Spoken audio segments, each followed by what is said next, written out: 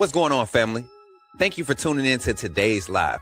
You're locked in with the Coach Smook Network, and I'm your host, Coach Smook, your favorite Alabama insider and sports media personality. Before we get rolling, do me a quick favor.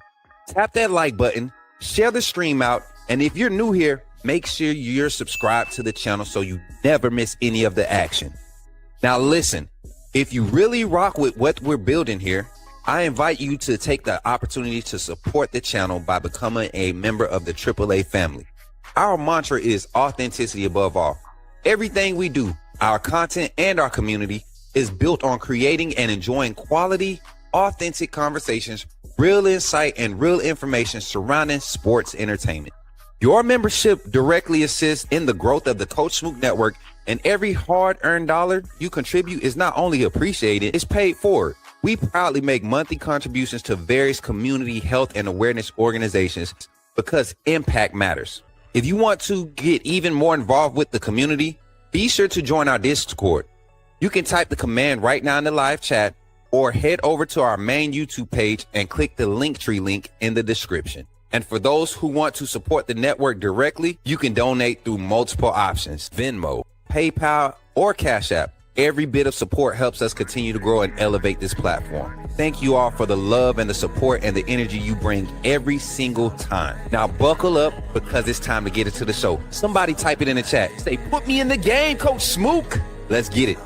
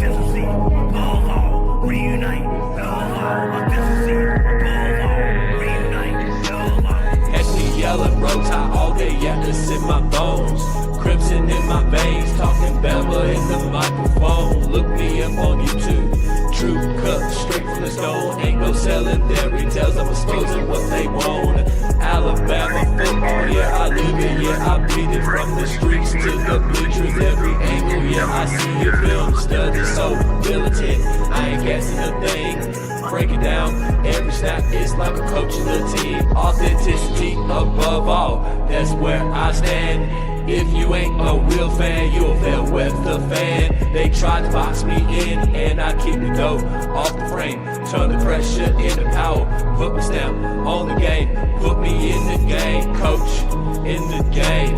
Put me in the game, coach, Smook, that's what they saying. Put me in the game, coach, in the game. Put me in the game, coach, that's what they saying. Players and the staff are pulling up right now for today's scrimmage. Coach David Ballou in the front. Y'all can see everybody pulling up, man. And boys over there, look at Deontay.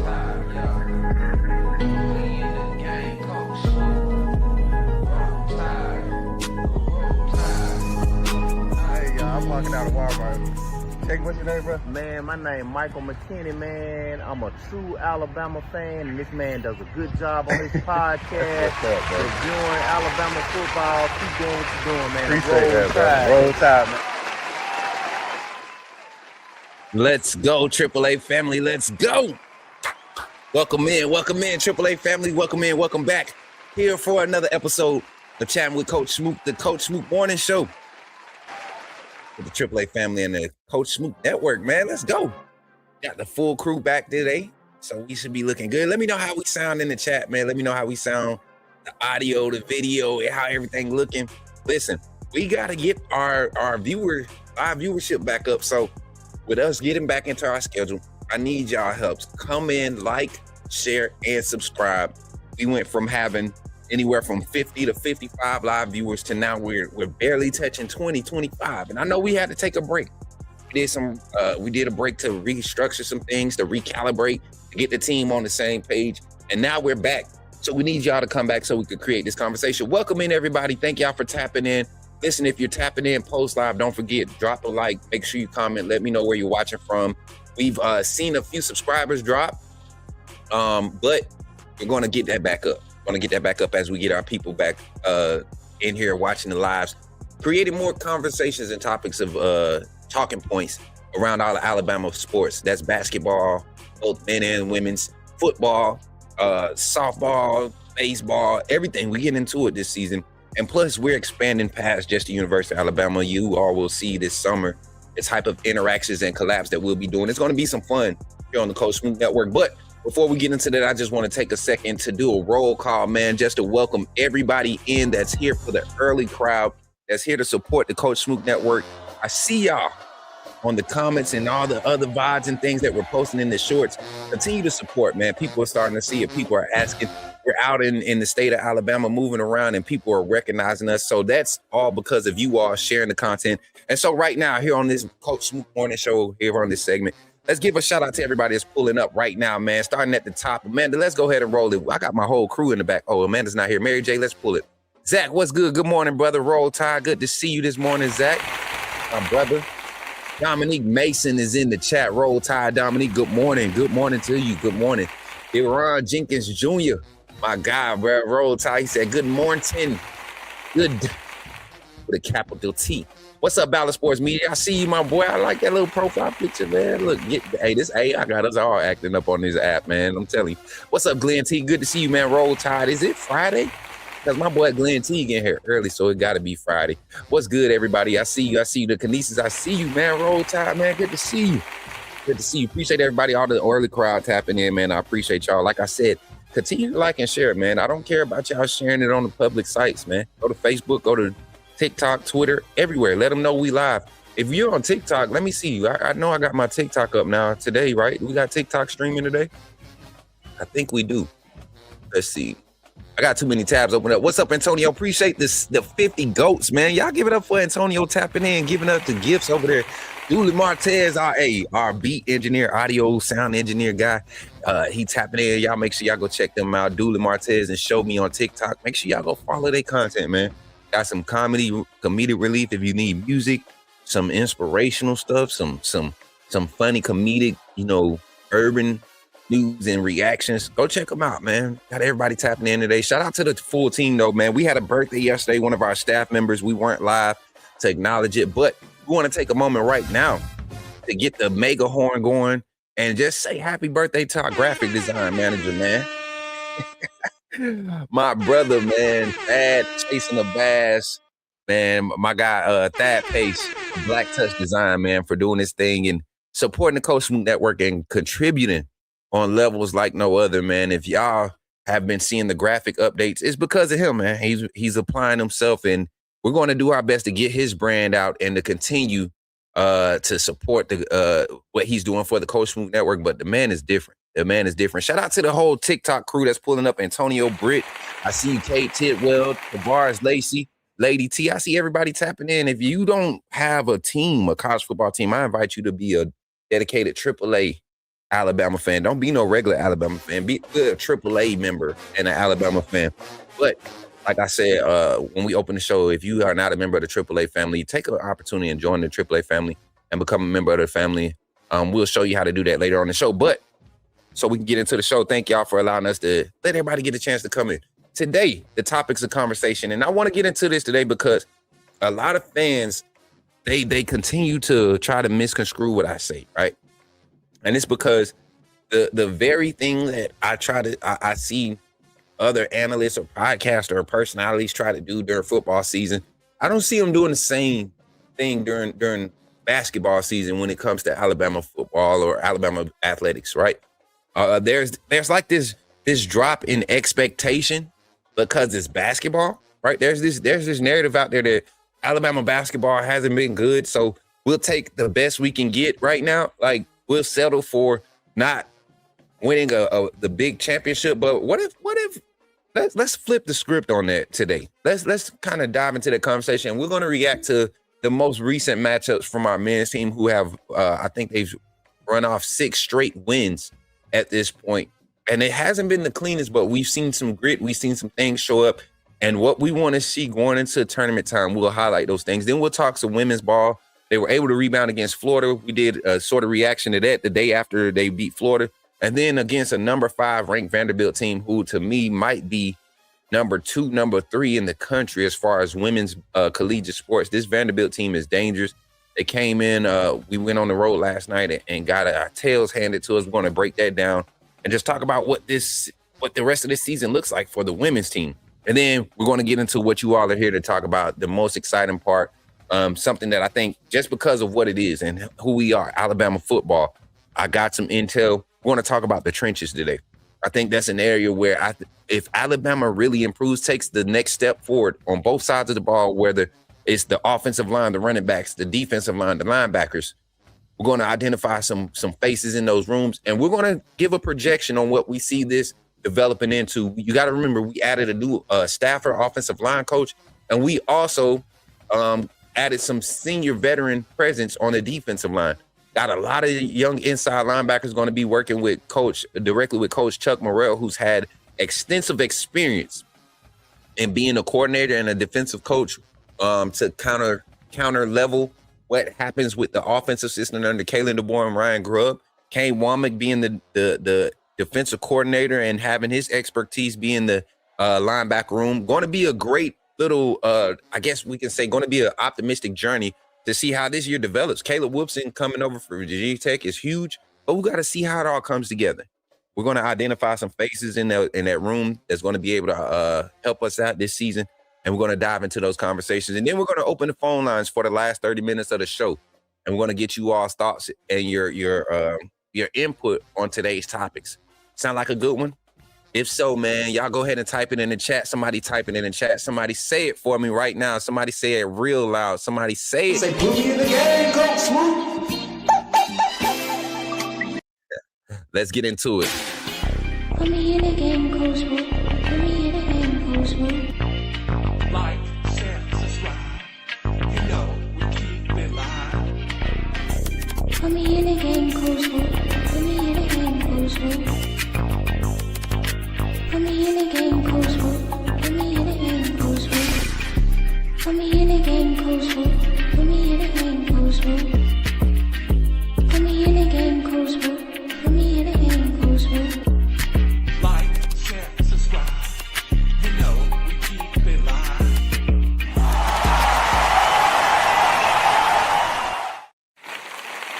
All right, chat. Let's get into the conversation, man. Jordan, crank me up a little beat, man. Gonna turn it down to like 5 or 6. I don't know why everything sounds so clear today in my headphones. I don't know, chat.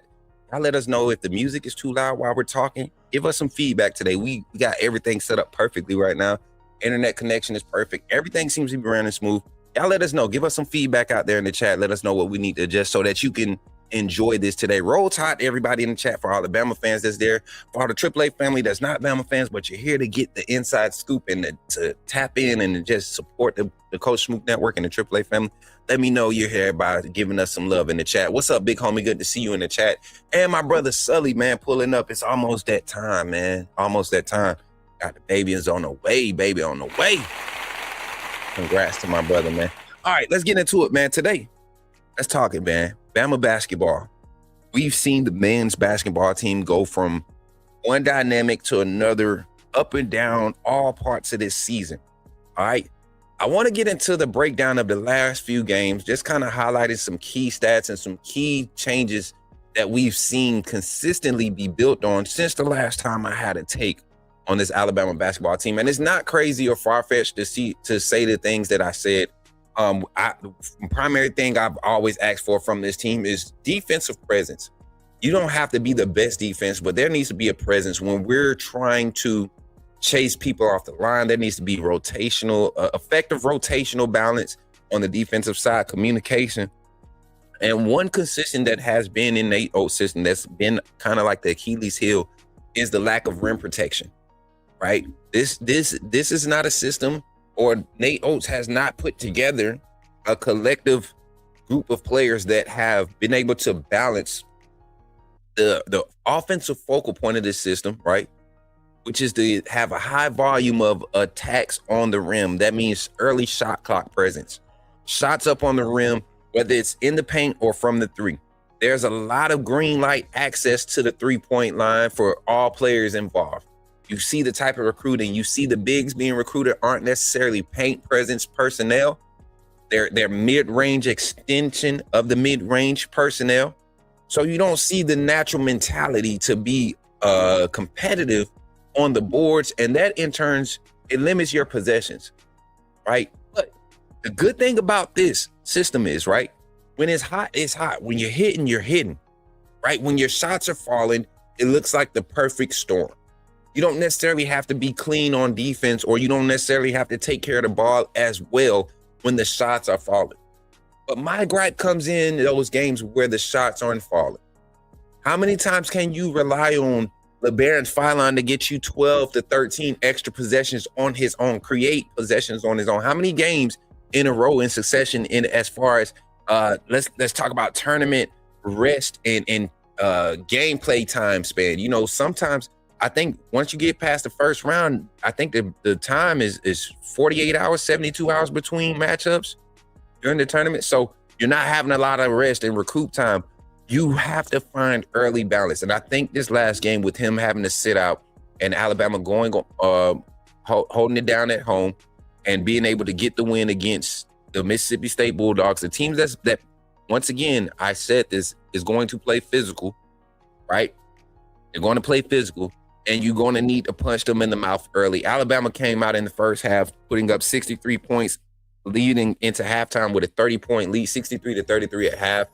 And then not only did they do that, but on the offensive side in the first half, they only left the first half with 4 turnovers in the first half. Alabama basketball, the men's basketball team only had 4 turnovers. And to give you a perspective on what I say about this team handling the ball and us not getting effective play from our guards and having to rely on just the scoring ability from our guards, just think about this. Mississippi State was down by 30 points with 4 less shot attempts and the same amount of turnovers, and they were down by 30, right? 4 less shot attempts and they were down by 30 going into the half. If you look at what Alabama did, and this is my gripe, if the shots weren't falling and we weren't mind you, we only had turnovers too. How close could this game be with a physical team, a team like Mississippi State playing defense? This is a team that didn't commit a lot of fouls this game. They moved their feet well. They contested a lot of shots. There weren't a lot of open shots against Mississippi State. All you got to do is go watch the game. But because the shots were falling, everybody was hot. We're at home, right? Everybody's excited and satisfied with that type of win. I look at it and I say that could have literally went the same way it went for Mississippi State for our offense. It didn't, but it could have. And in those moments, where do we see the advantage? Mississippi State total rebounds on the game, 36. Alabama, 48. Finally, there's a game where we win the rebounding numbers. And it showed up on the scoreboard also because not only did you shoot a similar percentage as far as overall shooting percentage for the game for both teams, there wasn't a sizable difference, but you actually out-rebounded this team. You actually was able to force one more turnover than what they were able to force. And mind you, once again, Alabama got sloppy in the second half. So I look at it and I look at how this team has made a push throughout this whole conference play, and they've been able to make their adjustments without Philon on the floor. I think this game for Philon not to be on the floor was exactly what you needed. You were going against a team across the board, front court and back court, talent-wise, what's on roster. I don't think Mississippi State matched up. You took advantages of the mismatches that you had, and you applied pressure in the spots, in the moments where your offense became stagnant. Second half got pretty sloppy early on. And I think we even got outscored. And as a matter of fact, let me pull the stats up. Let's share this tab and let's see if we can get some stats up here. Looking at some stats here, Alabama basketball against Mississippi State. And then we're going to look forward to the next matchup. Here we go. We got it up right here. See if we can get a good cut here.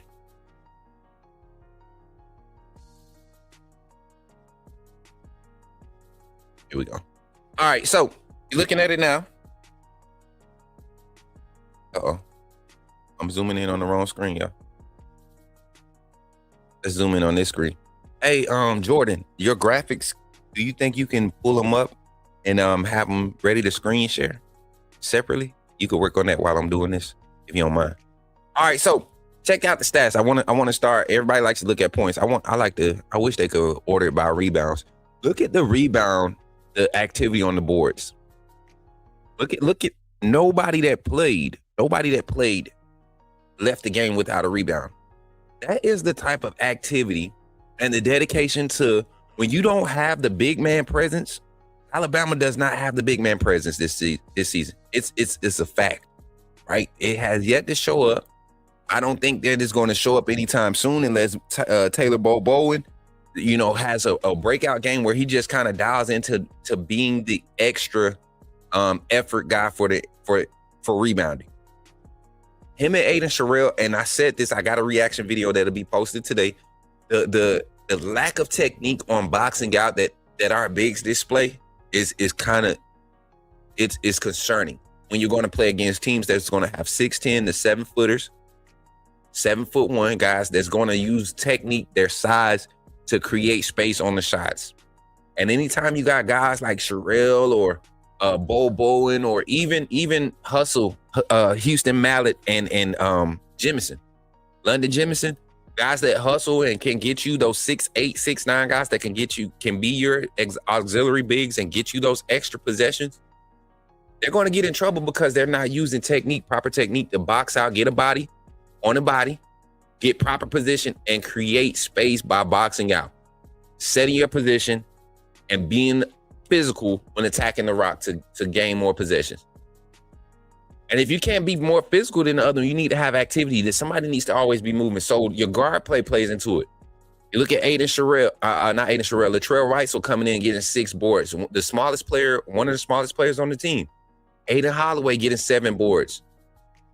Some people would look at this and be like, man, your guards got more rebounds than the bigs. Well, one or two things could be happening. Your bigs are not getting good positioning and your guards are putting in the extra effort, or your bigs are being occupied with getting good position and your guards are helping out and that's benefiting by getting the body on the body and being active. So that's the big key. You see the 25-point separation. You see the difference in rebounds. Total offensive rebounds for Alabama, 15 to Mississippi State's 12, right? And then defensively limited in their possessions, 33 by 24. So you limited in their possessions anywhere from, you're limiting them, giving yourself 6 to 8 more possessions than they're getting because of the rebounding difference. And that's how you create success and continue to create a winning strategy. I want to give a huge shout out to a player that I think is going to end up coming up big for Alabama in the tournament play into March Madness. And that's going to be Amari Allen. We're starting to see his offensive skill set, him become a lot more comfortable and confident in his offensive skill set. A guy that could play off the wing. But I would even say to keep from limiting your motion off ball and keep from keeping Taylor Bobo and Aiden Sherrill and forcing them into situations in the high screen and roll, trying to dive or be aggressive off of those actions, right, in the half-court sets. I think you could do a guy like Amari Allen, who's 6'8", with the 6'9", 6'10" wingspan, athletic, put him in a high screen and roll action. Because if you pick and pop with him, you got a good shooter. If you get a pick and you get a solid pick and you got the lane to open up and drive, get that guy's technique point so that he could seal and dive to the basket. All of these things can be applied and be effective for this team if we continue to build on the energy and the effort that we're seeing just by the defensive presence and getting to the boards. More repetition creates rhythm, and now it becomes fluid. The moment we get to fluidity, this team is different. So looking forward, this team is going up against, I think we close out, our next game is against Texas, if I'm not mistaken. Is it Texas or Georgia? I think it's Texas. I know the women got Texas coming up. You double check real quick. We got Tennessee. The men have Tennessee on the 28th, which is tomorrow. That game kicks off at 5 p.m. We'll be watching this. Amari may be one and done. Hey, I think so too, man. I think so too. You look at his skill set. That is the prototypical skill set that transfers to the NBA. You look at his height, weight, everything. He looks like a NBA small forward / power forward / two guard. The 2 to the 4 in the NBA is universal now. So if he, and you don't need 20 points a game at the collegiate level to be build draft stock. This guy, I mean, what is he averaging right now? Let me go back to it. I think he's averaging right around 14 and 6 like that. So 12 and a half. So 13, 7 and a half, 8, 4 assists a game, almost shooting 50% from the field. Those are quality stats that you can build and grow from. So Allen could definitely be a one and done guy. Tennessee, then UGA, then ending against the barn. Yes, sir. Tennessee on the road. Y'all know it's going to be rocking. I know it's going to be rocking. And Tennessee plays a physical brand of basketball. That's how they beat us earlier in the season. It went down to the wire, but they beat us earlier in the season because they were a lot more physical on the boards. And they didn't commit a lot of fouls that first game. I don't believe. Let me look. Actually, it was a tight game. And then wasn't the Tennessee game the first game Bediako was back? Was that the first game Bediako came back? And he came off the bench and played a huge role. Went 5 or 6 from the field, 3 or 4 from the free throw line, had 13 points. It didn't affect the boards as much. Right? What you want to see, they out-rebounded us. They made us force more turnovers. I mean, they made us force, yeah. They forced us to have more turnovers. So this Tennessee matchup, playing at Tennessee, they got us at home. How do we come out and start swinging first? If we start out hot like we did against Mississippi State and get back up to our scoring average, we push Tennessee to do something that they're not used to doing, which is really picking up the pace. They want to slow it down and be physical. So we'll see how we match up against that. Then Georgia, a team that's been sneaky in this conference the whole season, playing in Athens again. Like, this is going to be a pretty quality matchup. Their guard, Wilkinson, that young man can go. If we don't disrupt him early, we don't have a lot of on-ball pressure with him, it's going to get crazy. And then also, hopefully, LeBaron Fallon is 100% rested and healthy by this Tennessee game. And hopefully we can put this game away so we don't see him have to go overextend himself. Tournament play is going to be huge as far as our seeding, y'all. Our conference tournament play is going to be huge as far as the seeding. Right now, I think they have Alabama as like a 7 or 8 seed in a lot of brackets. I would love to see Alabama stick right there in between the 5 and 8 seed. I don't think this is a top 4 seed type of season or showing. You win the conference, maybe, right? You win the conference title. Maybe you sneak in as a 4 seed somewhere. But you finish this season strong with some of the matchups ahead of you. No more ranked other than Tennessee. But you got quality Auburn, quality Georgia on that schedule. And you win those out, make a solid push in the conference tournament. This team has nothing but to the rafters. All right, let's talk some women's basketball real quick. We're at the 30-minute mark. Let's talk to women's basketball for about 15, 20 minutes here. And then after that, we're going to get into our football topic. We'll take a break and then we'll get into our football topic. We'll have another quick break, and then we'll get into the phone line. So if you are looking to get on the phone lines today, man, make sure you've already liked and shared the content. Make sure you spread the word. Let everybody know we'll be on the phone here. Let me get some comments before we move on. Let me look at this. Antonio Snell over here on TikTok says, live by the 3, die by the 3. And it is. A lot of fans got mad at me for saying that, but if you look at the volume or the amount of threes that Alabama takes, we are definitely in the top 5% as far as volume of threes taken. And points per possession, we're not in the top 10. We're not in the top 10. So we're living by the 3 and dying by the 3. We just so happen to have more games where the point spread when we win, it is a lot. There's a lot more games where we're winning by a smaller point margin because of the 3. That's not quality basketball. That's not quality shot making, if you ask me.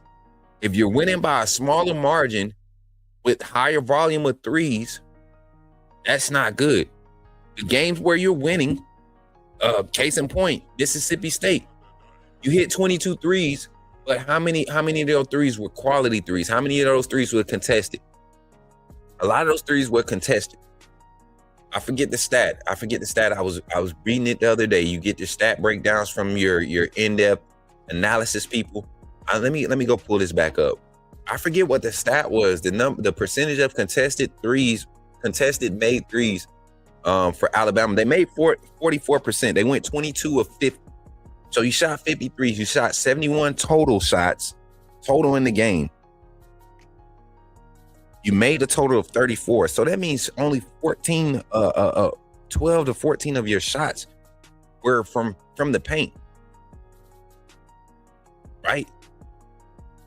That's not balanced. That's not balanced. And the team across from you, right? You allowed them to get up 41 shots, 41 threes. You took virtually the same amount of shots. This team, I don't think people realize what we're saying when you say live by the three, die by the three. This team took 9 less threes than you. They lost by 25. They took virtually the same amount of we got a storm up here in Montgomery, y'all. The hurricane siren going off. I was like, I thought somebody was vacuuming or something. But nah, it's definitely a hurricane. Tornado. I said hurricane. But y'all, we definitely got to see more balance. A team like Tennessee, physical, they're going to slow the game down. When you can't get up 53s in the game, where does your balance come from?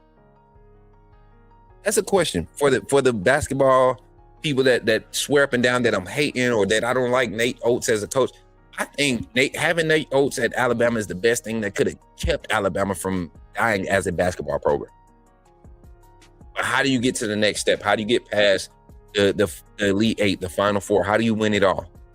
Rebounding, defensive presence. Let's talk women's basketball. I got to talk about my ladies going into Vanderbilt and getting that tail whooped with a T, chat. And I don't mean, y'all know I don't sugarcoat nothing. I love my ladies. I love my lady basketball. I love my lady Tide.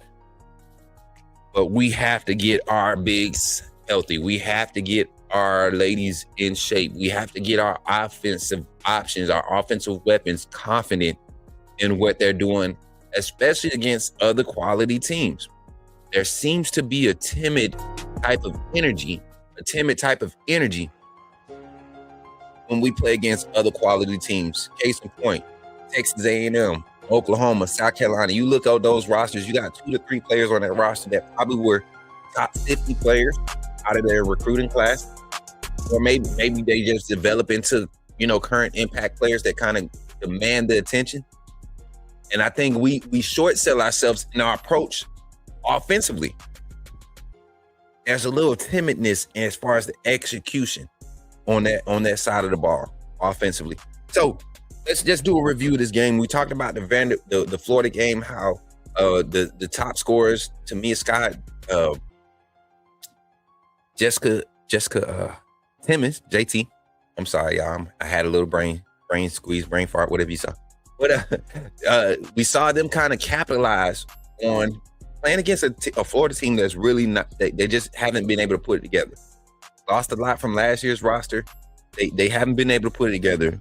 They had a chance to build on some momentum going on the road, having these 2 road games against Florida and now Vanderbilt. Vanderbilt, their backcourt is just way too skilled. You see the range. You see the amount of action, off-ball actions that you're required to pay attention to. The way that Vanderbilt's backcourt and their ball handlers run the offense is hard to key in on one particular guard, one of their scoring assets. But when one is gone, regardless of what they do, it's going to be a hard time with Vanderbilt. This is a team that I truly believe South Carolina, your LSUs, your UConns, your the Oklahomas of this year's women's side of as far as making a push. I would even go as far as to say, I want to say USC women. Like, these teams are really solid teams, and Vanderbilt is one of those teams you got to look out for. But to talk about what the Lady Tide did, not a lot of production offensively. You see your primary scorers trying to get on the board. You see them, the majority of the shots coming from Jessica Timmons and Tamia Scott. But when you have a veteran sound defensive presence like Vanderbilt, it's going to be hard. That's why you need, like we said last live stream, you need your auxiliary players, your role players, Carly Weathers, Essence Cody. You need Diana Collins, who's another solid ball handler, but can be more of a presence offensively. You need your young players. You need Ace Austin to step up. Not sure where her availability was this game, but you got to have her. The type of offensive presence, ball handling, the IQ that she plays with when she playing confidence, you got to have that step up. Naomi Jones, Alencia Ramsey coming onto the floor with energy. Got to be able to capitalize and utilize them defensively. I mean, not defensively, but offensively. When Essence Cody isn't giving you the offensive push and the offensive support you need, you got to be able to have those other bigs come in. Silva Costa. Not as fluent as we saw early on in the season. And a lot of this, like I said, y'all, with Costa and Cody, is getting back 100% confident from injuries. But we need to pick up the tempo offensively. This is not a team like last year where you have a bunch of shot creators. You got to get into your offensive sets a lot sooner when you're playing against teams that have offensive assets that really can create their own shots. Let's look at this the box score. Let's look at the stat sheet for our ladies from this Vanderbilt game. Like I said, you got your normal input from Tamia Scott, Jessica Timmons. Neither one of them really being a huge impact. You see the shooting, both of them shooting right under 30%, 40% for the night. The team as a whole shooting at 33%. That's never going to get it. And then when you're shooting 26 threes and only hitting, you're hitting less than 30% of them, you're not giving yourself a really good chance. Wasn't able to get a lot of free throw attempts. You look at how well that Vanderbilt plays defense. Their women's team is one of the higher efficiency rated defensive teams in the conference and in the country, right? So them moving their feet, and not getting a lot of early foul trouble. You saw, I think they only got into the bonus in the second quarter, and then the rest of the game they kind of was able to kind of pan out their fouling. But they also just had good quality shot making, right? They got a lot of shots on rim. They played with tempo, some that I believe Alabama was caught off guard with. They played with tempo, and they were very aggressive on the back end as far as getting shots up, right? Transition shots, transition threes. They got a lot. Well, surprisingly, our girls did compete on the boards. But once again, you get in the paint, you're not knocking down your shots in the paint. A lot of missed shots at the rim. A lot of indecisiveness once you get down in the paint or get under the three-point line. So got to see improvement there. This women's team has a crazy tough game to close out the season against Texas at home. This Texas team, number 4 ranked Texas team. You look at what they bring to the table.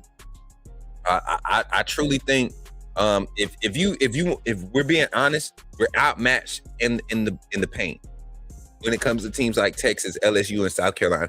We're outmatched. They're gonna have, I think they got 6'2", 6'3", 6'5". They got bigs with length and size. I think our tallest big right now is 6'2", 6'3".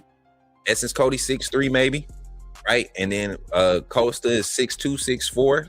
In between that height, Ramsey 6'1", 6'3". All of those bodies, but they don't possess the same skill sets as some of these bigs. So this is going to be a matchup that I think if we don't get out early and like I said, get the tempo going early, a team like Texas, they'll be able to walk it up, get it down low, and get our bigs in foul trouble early. And then you see the mismatch, and it kind of just builds and it stacks. How do you counter that? Tempo, on ball pressure.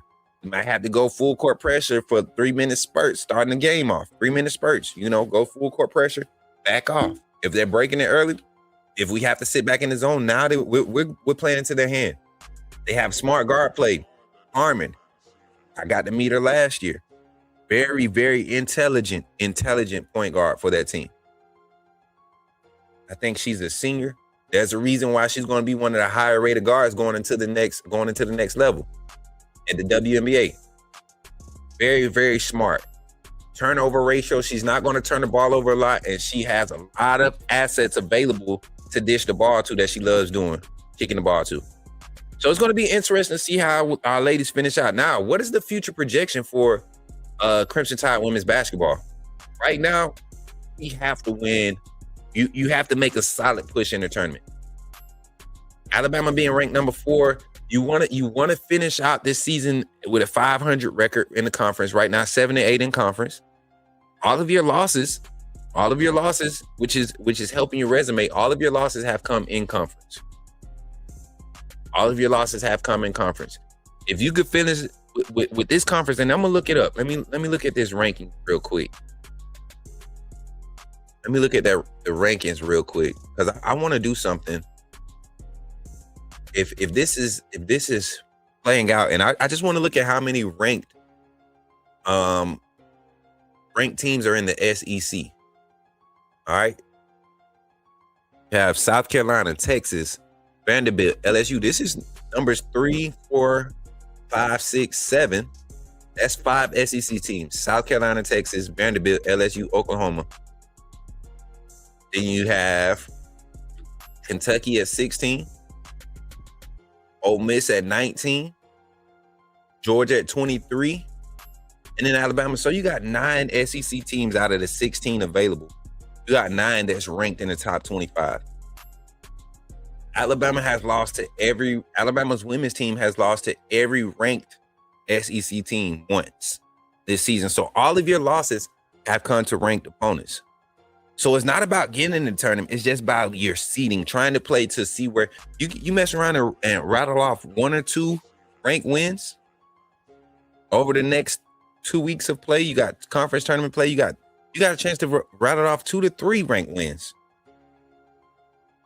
You find yourself in a good spot. Women's basketball, Tamia Scott, Diana Collins, Carly Weathers. We need those guys. As far as offensively, we need them.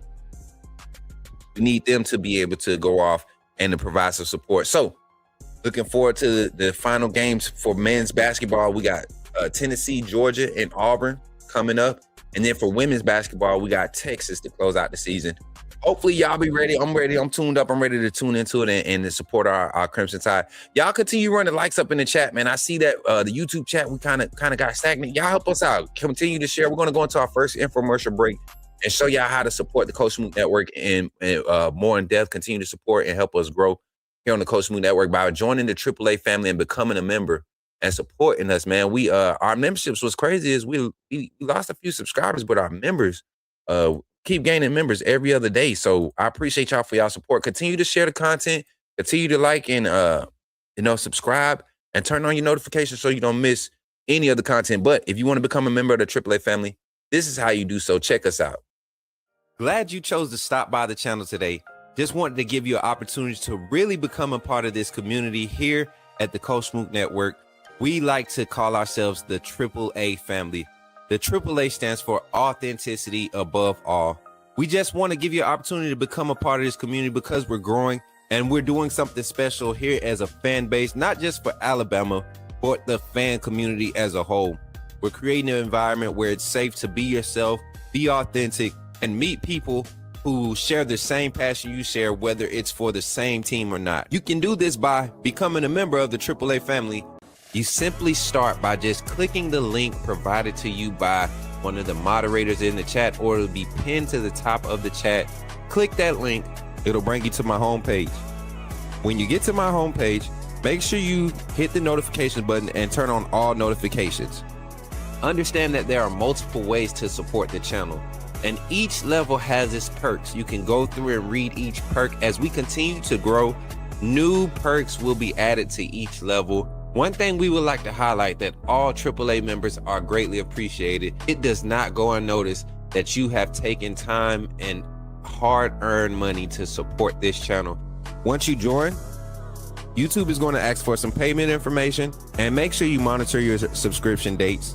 Also, if you really want to get interactive with the community and find out what's going on, think about joining our Discord family. This is where you can get into all the fan talk of the community. And also there are networking opportunities. Please be mindful that there are rules and that we expect everyone to treat everyone with respect. Also, if you're looking to partner with Coach Smook Network or sponsor, please hit us up at coachsmooknetwork@gmail.com and our staff will get back to you in a timely manner.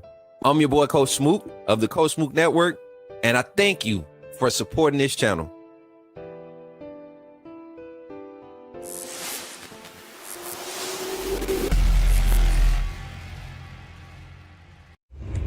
Remember, when you see me in the streets, holler at me. Say, put me in the game, Coach Smook. At Walk-On's Sports Bistro, the games are on, the food's delicious, and here you are always part of the team. Welcome to Walk-On Sports Bistro, where every day is game day. Whether it's a post-win celebration, drinks after work, or taking the fam for some made-from-scratch favorites, Walk-On's is your go-to for good times, craft beer and cocktails, and bold flavors for fans of all ages. From melty mozzarella logs to Hall of Fame level burgers. Stop by today or order online or in the app. Walk-On's Sports Bistro. Game on.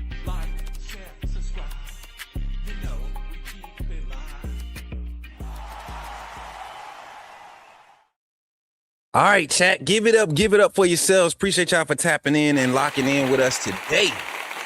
Hey, now let's get into it, man. The fun part about today's topics and conversation.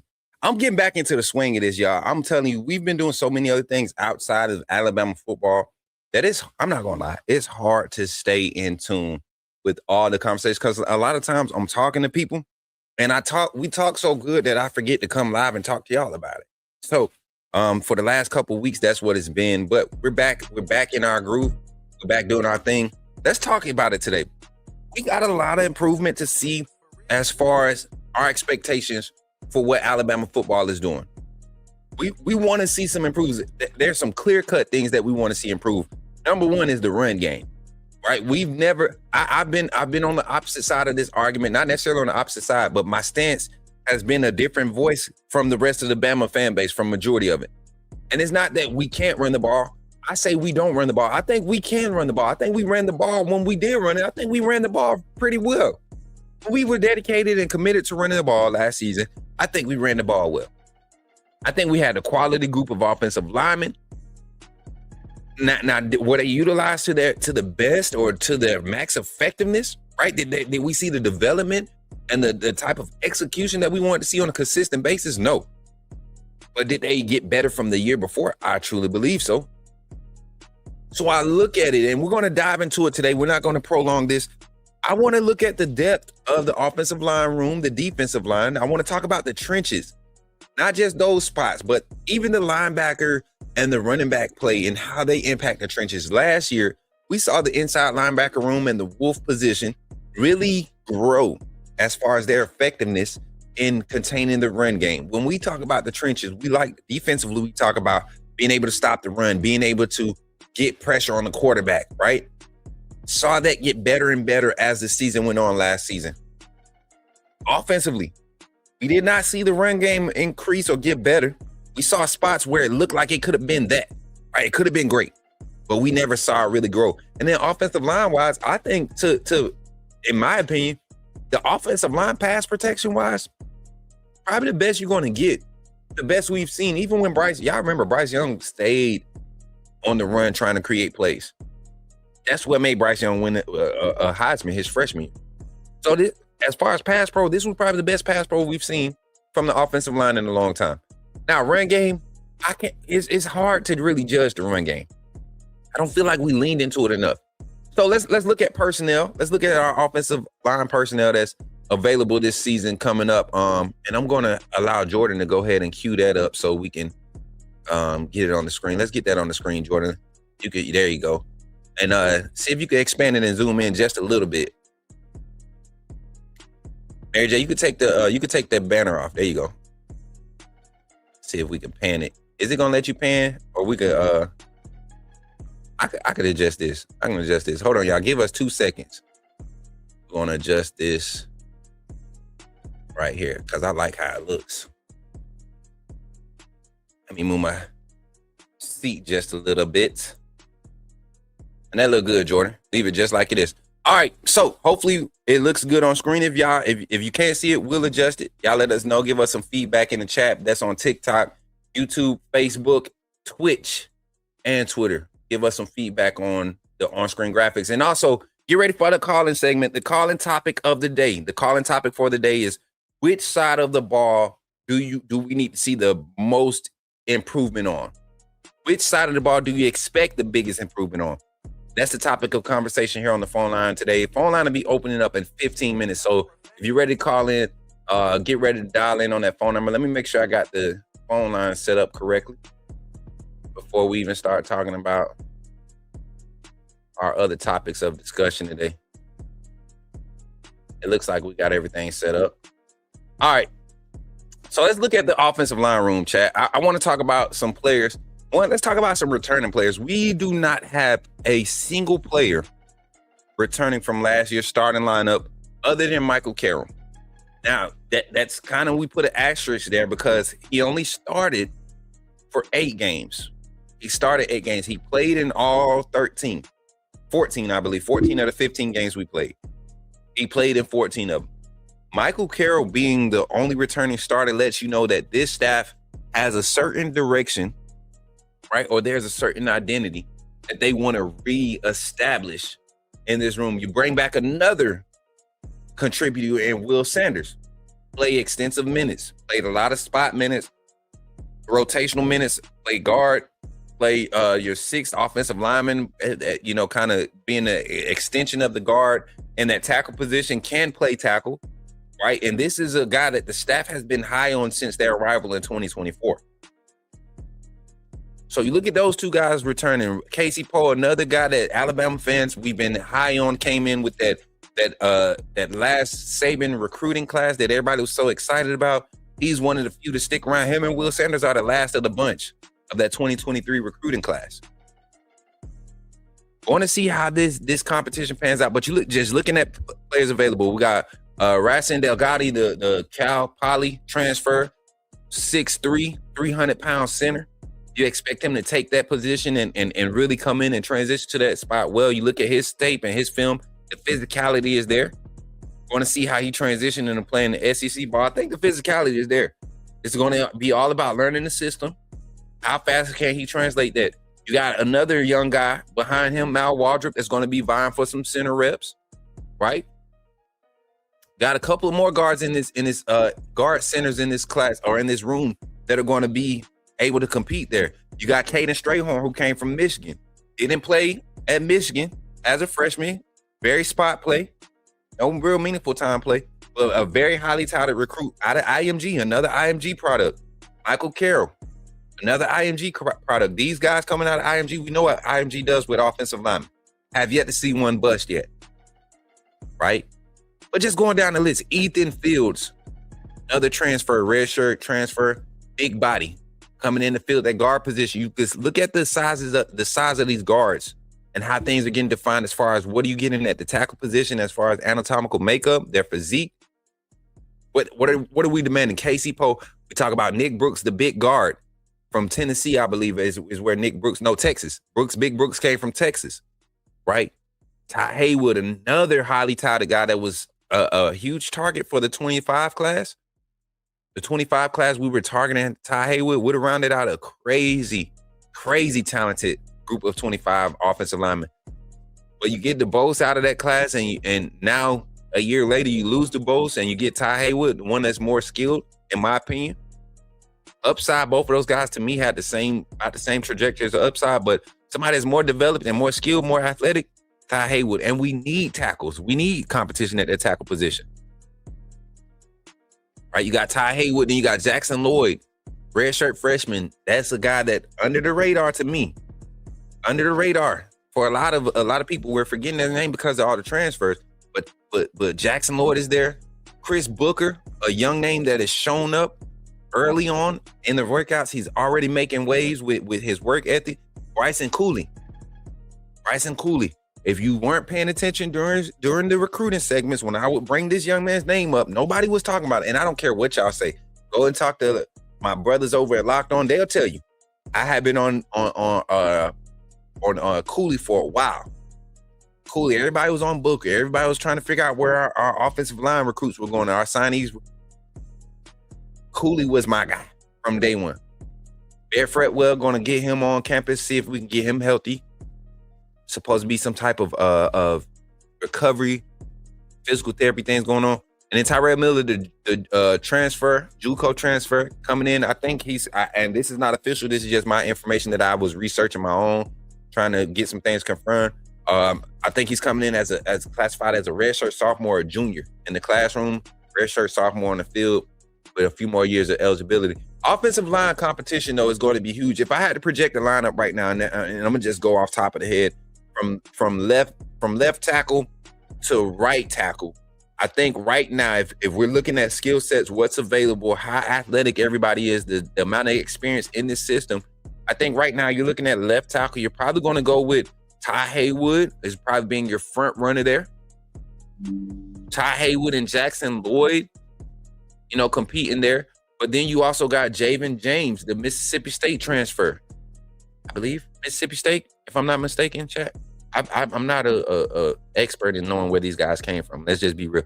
But there's going to be some quality competition at that left tackle position. A position you're replacing a potential first rounder in Caden Proctor. I think it's going to be a guard in the NFL if you ask me.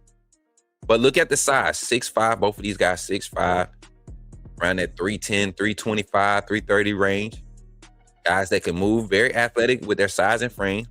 Left tackle, that's the competition I look to see there. Left guard, I would love to see Will Sanders get an opportunity, but I think you went and got Nick Brooks to be the big anchor on that left side. Talking about covering the blind side of your quarterback. You're going to have your athletic tackle that can get out and kick out of that stance and get into space and get those speedy edge rushers, and Haywood and James. And I would even say Bear Fred, while you mess around and get him healthy, you're looking at a kid that played guard and tackle.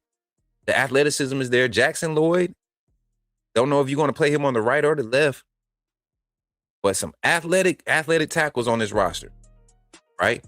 I look at the left guard position. Like I said, Will Sanders, he's probably going to have his work cut out for him because Nick Brooks is a highly touted guard, and you put a frame like that and you talking about trying to build on your run game, big body like that, 6'7", 340, 350, going to be moving, going to be hard to move him, but and he should be moving a lot of people around.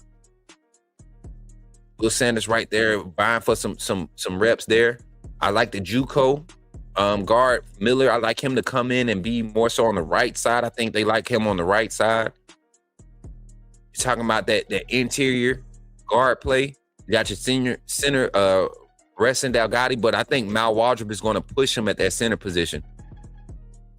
You might see Strayhorn there at that center position. I mean, really pushing. There's going to be some quality competition in his offensive line room.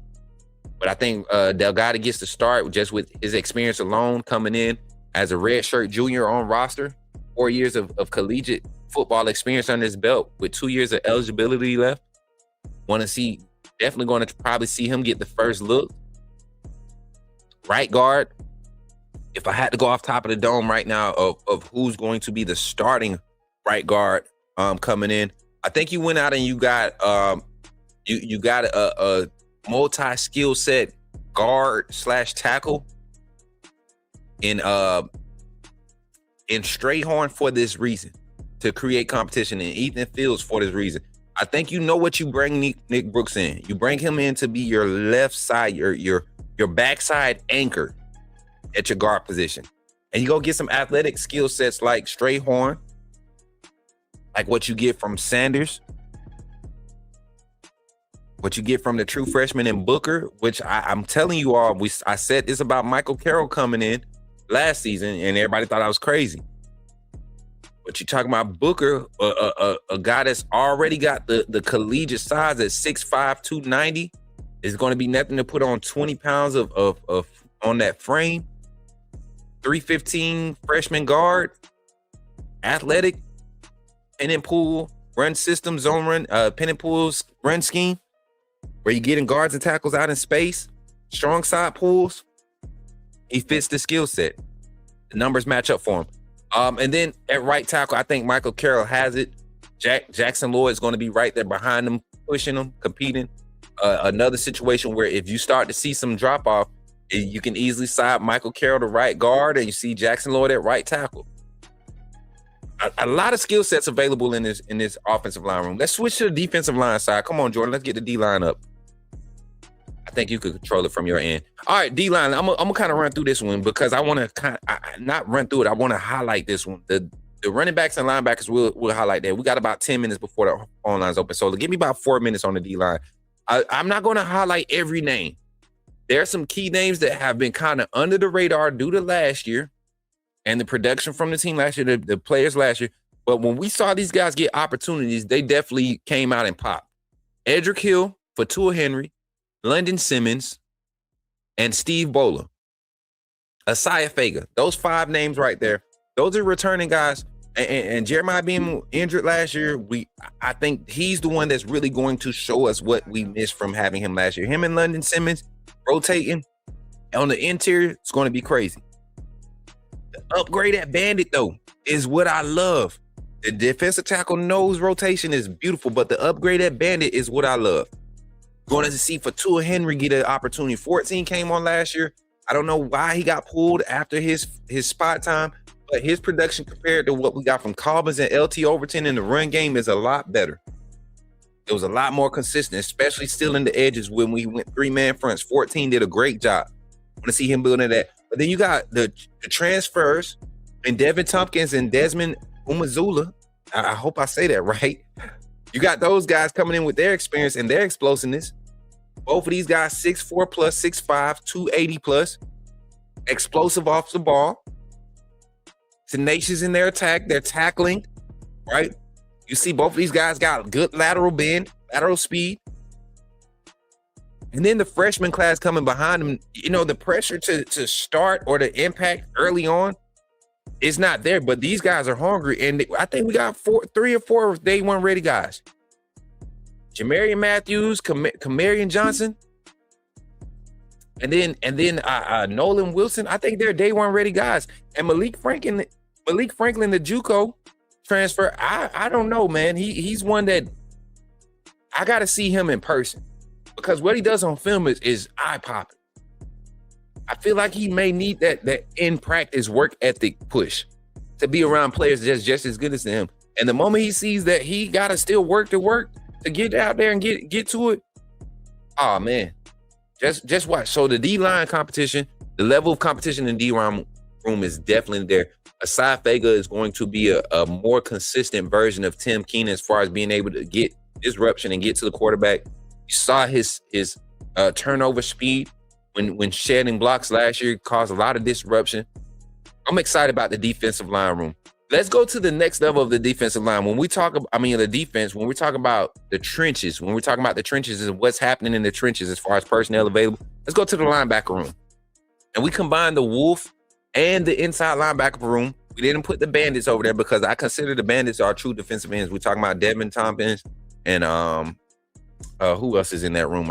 We just came off the list. But all those guys that play the Bandit, we consider them true defensive ends. Right, these Wolf guys, they're stand-up linebackers, but they line up and play defensive end techniques. Right, they play the wide down, they play the 7, they play defensive end type techniques as far as their alignment and their assignment. Right, but you see them stand up too. See, a lot of y'all hated it, but that was one of the most productive defensive alignments was when we went to that 3-man front. And we had a lot of success with it. As much as you had people complaining on their platforms about Alabama can't stop the run, yeah, that narrative changed after week 4 once guys started picking up speed. So John Latham coming back for his 6th year. 6th year, got injured, had to miss his season. Coming back for a 6th year, veteran presence is going to be huge in that Wolf room. I don't think he possesses the skill set as the guys behind him, but that veteran presence, we see guys go down. You need to have more skill, more prepared players that understand what's going on to be able to suffice when your do-it-all player at that number 1 spot can't be there. Yanzi Pierre, MVP of last year's defense, if you ask me. Justin Hill, most improved. I believe this season, coming into this season, Justin Hill is really going to put his name on the map. We will have a similar showing of of Dallas Turner and Will Sanders with these two, Pierre and Justin Hill. Could have had it with Quay and Yanzi. But you look at the production from Quay last year, as much as I love Quay Roussard, we didn't see him pop for us last year. Last year was his highest, most missed tackles, right? In all 3 years of being on campus. Same thing with James Smith. You know, Keon Keeley, missing him, yeah. But we got Devin Tompkins. So you're getting the same player virtually in those guys. Looking at the rest of the linebacker room, Duke Johnson. I put him at the Wolf position. I know it hasn't been official, but Alabama truly recruited this young man to be an edge rusher. Edge technique is his specialty. The type of speed and bend and length and athleticism you get from Duke Johnson, you took a year to develop him at the linebacker position to get him learning how to read offenses from the linebacker position. Be more natural linebacker. You force him into that inside linebacker room to where he's hearing the calls. He's being told what everybody around him is doing. I think this is you see him transition back to the edge, give an opportunity to see his natural, everything he's learned and put it into play and be in a more natural position coming off the edge. You can't deny the speed that comes from that. You can't deny the tackling ability to open field. And then you get the athleticism. We saw the Wolf be dropped on back in the drop 8, drop 7 type looks on defensive side. So Duke Johnson going back to the Wolf in my book. I guarantee you when we go for practice viewing next week or week after next, I guarantee you we'll see him working in that group. Caden Jones, inside linebacker room. We'll transition to the inside linebackers. Caden Jones, QB Reese, Abdul Sanders Jr. Those are my 3 front runners as far as the inside linebacker rotation. Right behind that, I see Luke Metz, Xavier Griffin right there with them, right? Zay Hall is a guy that I think is going to be our under the cover popper. When fall comes, it might not show in spring for Zay. He'll make a few plays here and there. His natural athleticism, his natural abilities will be there. But it might not all turn over in spring. He's going to have a few more mistakes than Griffin, right? But coming into fall, there will be a competitive push to get a 4 to 5 man rotation in the inside linebacker room. And not to mention, you got the redshirt senior and Caleb Woodson. I think he's going to be another Nakai Hill Green type asset where he's not going to be an every down inside linebacker for the system. But when you bring him in, you can float him around. You can put him in different spots and understand that he can see things at a different speed and diagnose these offensive play calls post-snap. Right? Now, let's flip it, Jordan. Let's go to the running back room, and then we're going to open the phone lines here in 3 minutes. We're going to open the phone lines. So if you have not gotten your message, we sent out a few messages for our old callers, our frequent callers from our from the last iteration of call-in shows. So if you got that message, man, get ready to call in. We'll be live. We'll be opening the phone lines here in about 4 minutes. We'll be opening the phone lines here in about 4 minutes. So hopefully y'all excited to get on the phone lines, man. We haven't had a good phone call segment. We're going to get Zach in for his 10-minute segment today to give us some feedback on our talk. And then we're going to open the phone lines for everybody else that's trying to get in on the phone lines today. Crimson Tide running back room. This is one that I'm truly excited about, being that this room was so underutilized last season. I'm excited to see how this staff is going to reignite our confidence in Alabama's ability, not just to recruit running backs. We gotta. Do you look at the roster? I'm not gonna highlight Khalifa Keith. I don't think that's a true asset. I'm not dogging him. I'm just thinking. I look at where he's coming from. Redshirt senior, a redshirt junior. That means he's been in college for 4 years. Coming out of high school, wasn't highly recruited. Went to App State. Wasn't really a huge impact. You turn on the film, there's no eye-popping breakaway speed. But what I will say is the physicality is there. 5'11", 215, probably going to play at 220, 225 at Bama. The physicality is there. The willingness to be physical, pass pro. Something that Dre Washington struggled with coming in last year. If he can pick up on that, I guarantee you he's going to find himself ahead of a lot of the freshman hype and the young guy hype that we have in our running back room. Just because of pass pro. We know this staff wants to throw the ball a lot. So any running back that is dedicated and that can be effective in pass pro is going to be getting the most reps, and then they're going to get the most opportunities to be getting the carries too. What's up, Russell? Good to see you, man. I'm doing pretty good. Good to see you. But you got Daniel Hill, Kevin Riley, A.K. Deere returning from last year's roster. To me, your two-headed monster right now is Daniel Hill, A.K. Deere. And then I think, no disrespect to Kevin Riley, who's going to be your change of pace back, Might find him in a lot of jet sweep action type, perimeter, outside zone type runs. But Xavier Corwell is a day one ready back. Do not be surprised if this true freshman comes in and he may get the first handoff of the season. I could see Corwell and AK Deer being 1A, 1B, Daniel Hill being your power back, and Alabama finding great success because these two backs aren't two backs that need 20 plus carries to get started.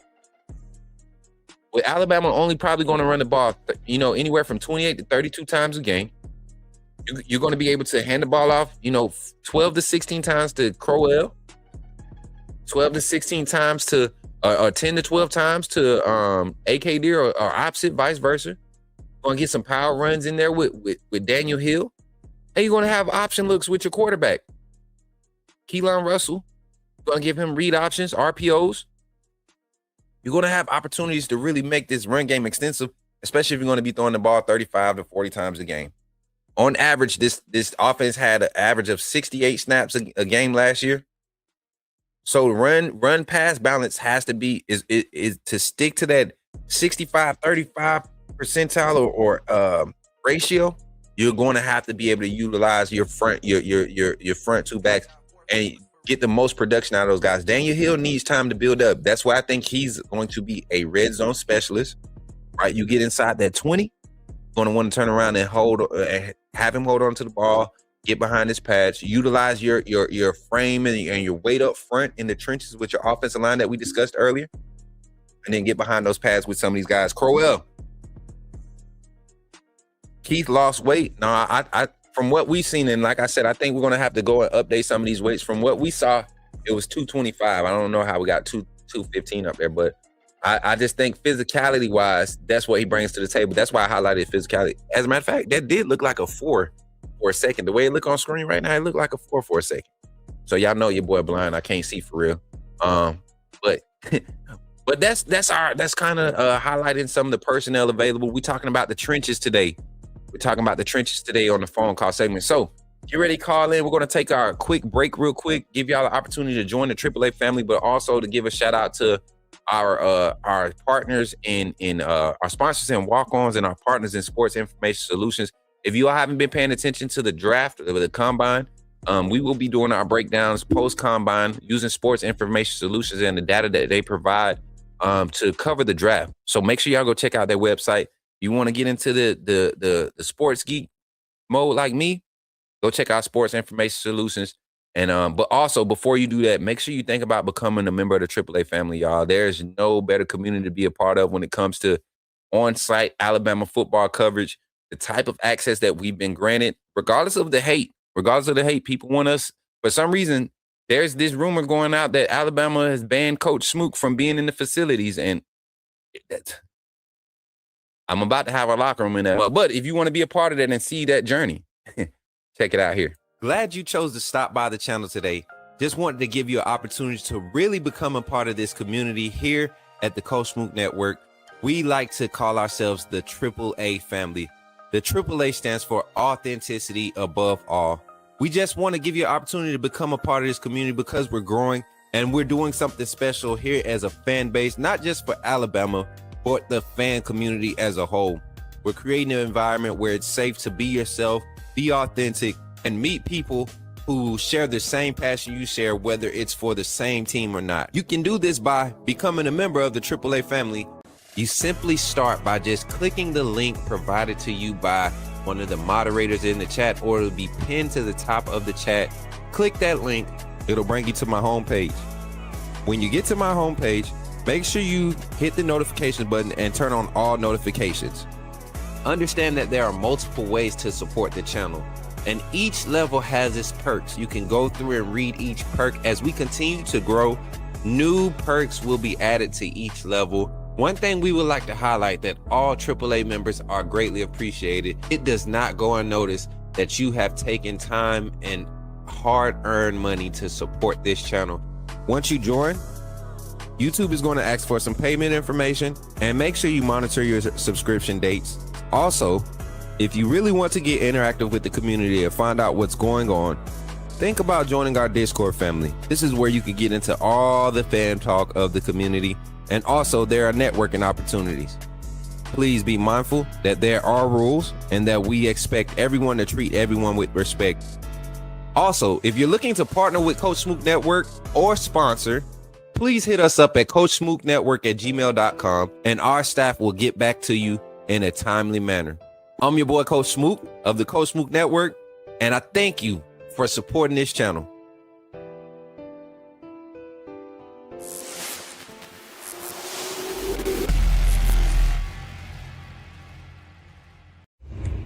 Remember, when you see me in the streets, holler at me. Say, put me in the game, Coach Smook.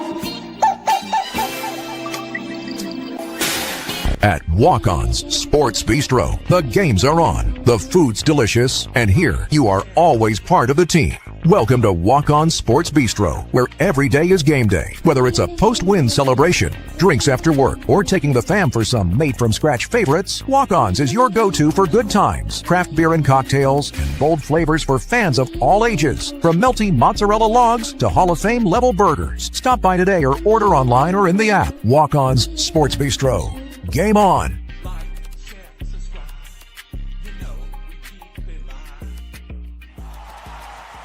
Hold on one second. If you're serious about sports, you need more than just box scores. You need real insight. That's why Sports Info Solutions is the official partner of the Coach Smook Network. Sports Info Solutions is my go-to source for in-depth stat analysis, giving you the tools to truly understand player production, tendencies, and performance on a whole new level. From NFL, MLB to NBA, Sports Info Solutions delivers advanced data that helps fans, coaches, and analysts see the game behind the game. This isn't just stats, it's context. Looking ahead to the next generation of stars?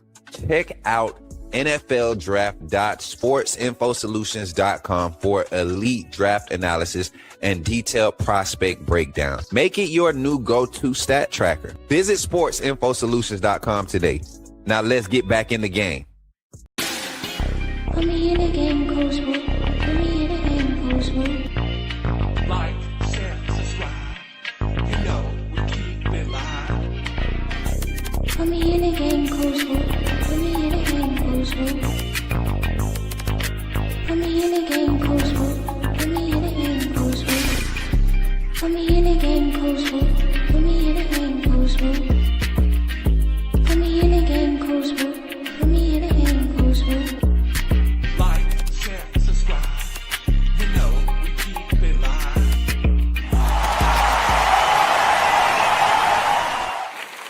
Yeah, yes, sir. Let's go. Ooh, that look good, Mary J. Look at that. Look at that. Look at that. Look at that. We got all this stuff going on. Listen, chat, we live right now. So if you are tapping in post live, you might need to go ahead and start commenting. You probably ain't gonna get on this phone line. But we got our first caller on the line. Let's see who it is.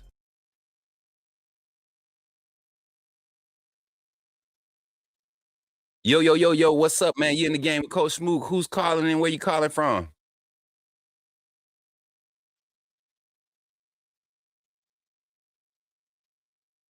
Hold on, Zach. I don't think we got you in the doggone chat. Hold on, let's see, man. We gotta make sure we got it routed right. Let's make sure we good. Hold on, chat. 1 second. 1 second.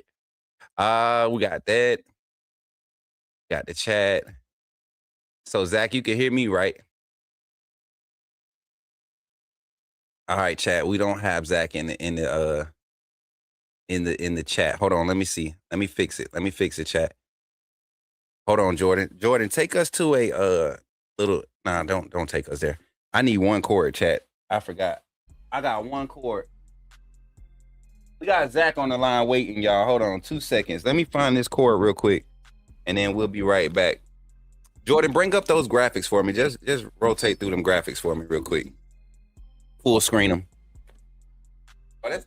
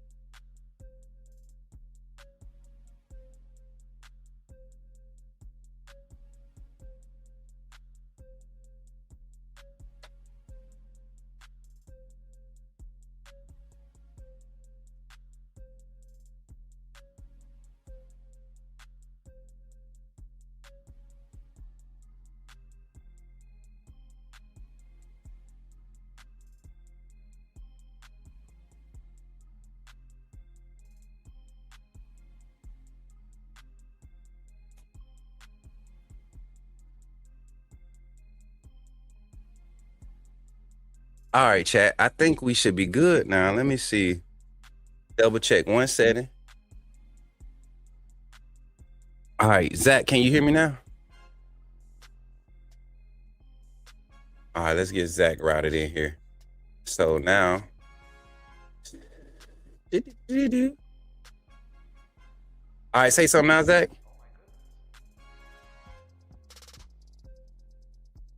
Uh-oh.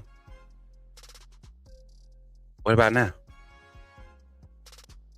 Bro, Tide, everybody. What's going on? There we go. Now we got him, yeah. Yeah. We here. What's up, Zach? Talk to me, man. We back. We back on the show. Chat, we got Zach in the game. Y'all give it up for Zach one last time. What's going on, Zach? Talk to us, buddy. Oh yeah, I'm excited for the competitions coming up and spring this year. You know, you got competition between Jackson Lloyd and Ty Haywood. And this is my personal opinion from what I have seen, the highlights I have seen. I think Ty will win the starting job, and that's just my opinion right now from what I have seen. I haven't seen Jackson Lloyd compete in college yet, so I don't know what that will look like yet, you know, so we'll have to wait and see on that. But to go along with the topic, I've been sitting here thinking about it, and honestly, both have had upsides on the defensive line, and the offensive line had moments last year. Right. If I had to pick one, I would go with the offensive line that needs more work, because we had more solid, consistent production from the defensive line than we did the offensive line. Because, I mean, yeah, we had great production in pass blocking, but the run game wasn't that good. And, I mean, I agree with you. We didn't run the ball enough, but still, you know, we need to be able to push guys off the ball, especially I've seen in the Indiana game, you know, guys weren't getting the push that they needed, and it was allowing them to crash in the backfield and get tackles for loss or no gains or very minimum gains. So right now, going into spring, I need to see more consistency from the offensive line than I do the defensive line. I agree. I think where the defensive line kind of just, I think the defensive line was the catalyst of last year's improvement, if you ask me.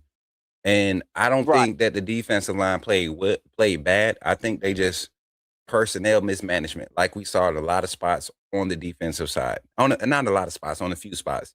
To talk about the nickel corner spot, you know, having Deshaun Jones out there as many times as we saw him last season. The D line playing James Smith as much as we did last season, and there was no major production. You know, getting production from Keon Keeley and not seeing him implemented more. London Simmons, Asaya Faga, Edric Hill, the rotation of that interior for pass rush sets and run stopping. You know, those guys were the most balanced. That was the most balance we saw in that rotation. Not seeing more of that was definitely effective when you were trying to get other personnel players that were showing promise, getting them to try to turn over and spark. But I agree with you. Defensive line wise, I'm excited. I get to talk to those players probably 3 times a week now with some of the content that we're doing on TikTok. And that's all everybody's talking about, the defensive line. That's all the fellas keep talking about. You know, y'all thought the D line was good last year. wait till y'all see what's stepping out on the field this season for this squad. The transfer guys that came in, they're demanding their respect just because of the way that they're showing up and working. So offensive line wise, I'm excited to see who's going to emerge as the guy in that room that not one just can set the tone, but vocally, but can set the tone with how they play. And if you ask me, I think Michael Carroll is going to be the leader in that room, right? Because he's kind of like the one that everybody's looking to already, anyways, with his showing from the freshman year. And you all know, I personally know this young man, and to see the type of maturity that he's displayed over the past year, to be pushed into this position now is no different than what everybody did with Caden Proctor when he came on. The only difference is we have a proven product. I think Michael Carroll's base, his bottom, where he's starting from, his foundation, is that of the same trajectory that we got from JC Latham. Yeah. I say that. I say JC Latham minus the last year when they made JC put on like 30, 40 extra pounds of weight for what reason. I don't know what that was, but that was probably the only thing that affected his career, put a dent in his career as far as overall what he did at the collegiate level. But how he started as a freshman and developed into that freshman year throughout his career, I think we're going to see the same thing for Michael Carroll. But I think even with Carroll, you guy that probably has the best, the highest ceiling out of this group right now, in my opinion, is your young boy Chris Booker that's coming in this class. Yeah. So I'm excited. I agree with you, Coach. And Michael Carroll played well last year, especially to be thrown out there as a freshman, just learning the offense and everything. He did a good job. And to become a freshman All-American and everything, yes, it's expected at Alabama, but not everybody gets that kind of honor or recognition at Alabama, because of, we don't play a lot of freshmen. We just don't, because we take a year or two to develop them and then throw them out there, because we don't want to throw them out there too early and watch them crash and burn. And the whole reason Caden Proctor was even started as a freshman is because we went with a overweight offensive line that year. No, Caden came in and we didn't have tackles Caden's freshman year. Right. There was no tackles Caden's freshman year. We weren't coming in with any confidence. You're talking about a class. I think that was the same year we were talking about Elijah Pritchett being one of our better guys at tackle, right? With all the upside that he came out of Carver with Carver Columbus. So I don't think this is a similar situation with Caden Proctor, like Caden Proctor had. I think you have a way better across the board, a way more skilled group of offensive linemen available right now coming in, right, than you did with that class. Right, and that was the point I was trying to make. Ultimately, I was making the point that Caden got thrown out there, one, because we went with a big offensive line, and two, the lack of depth at that position that we had his freshman season. For sure. So we got your takes, man, and I think you were pretty solid on your initial take with the which side of the ball we want to see more improvement from. One, like I said, and people interpret it how you want, but the fact will remain: Alabama did not run the ball enough for us to truly say we can run the ball. I don't think 18 attempts a game lets you know if your run game is working or not. I don't think I truly just don't, unless you're playing against Eastern Illinois every week and every 2 runs you break off is averaging 12 yards or some crazy number like that. Like, you're not going to see any real production from running the ball 18 times. But if we were running the ball 35 times a game and we weren't getting, 90 plus yards a game, anywhere from 87 to 90 98, 100 yards a game average, I would be concerned. Let's see if this staff will buy into turning around and handing the ball off and leaning on that offensive front. You got 16 offensive lines, 16 scholarship offensive linemen, and all of these guys, all but two offensive linemen on roster. All but three offensive linemen on roster were 3-star or higher rated offensive linemen coming out of high school. You got the highest rated center in this transfer class. So I don't know. Final thought, Zach. We're gonna go ahead and open this phone line up, and hopefully we get somebody call in and talk some more football today, man. Getting you on the line, man, it always pops off the segment like it's supposed to be. Zach, final thoughts, man. My final thoughts is I think the first half of the basketball game was good. The second half shown that we still have some things to work on, but I did see some upsides, but I also seen some downsides. But anyways, roll tide, my AAA family. Love you guys. I'll holler at y'all later. 100%. Y'all give it up for Zach in the chat. Roll tide, Zach. Y'all give it up for my brother, man. 334-625-1121. Today's calling topic: which side of the ball needs the most improvement in the trenches? Talk Alabama football to close out the show today. Offensive line or defensive line? Which side needs more improvement? I'm gonna agree with Zach. I think you can see improvement. There's always room for improvement on in any area on the field. But which side needs to see it? Which side do I think the fans to calm down and to be less fair weather, right? Like y'all like to get when things aren't going like you thought they should go. I think you find yourself wanting the offensive line to be a little bit more improved.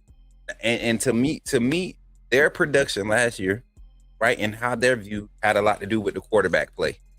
A lot of times, if passes were completed when they were there, or if opportunities were taken advantage of when they were there, a lot of the ridicule that the offensive line got, it wouldn't be there.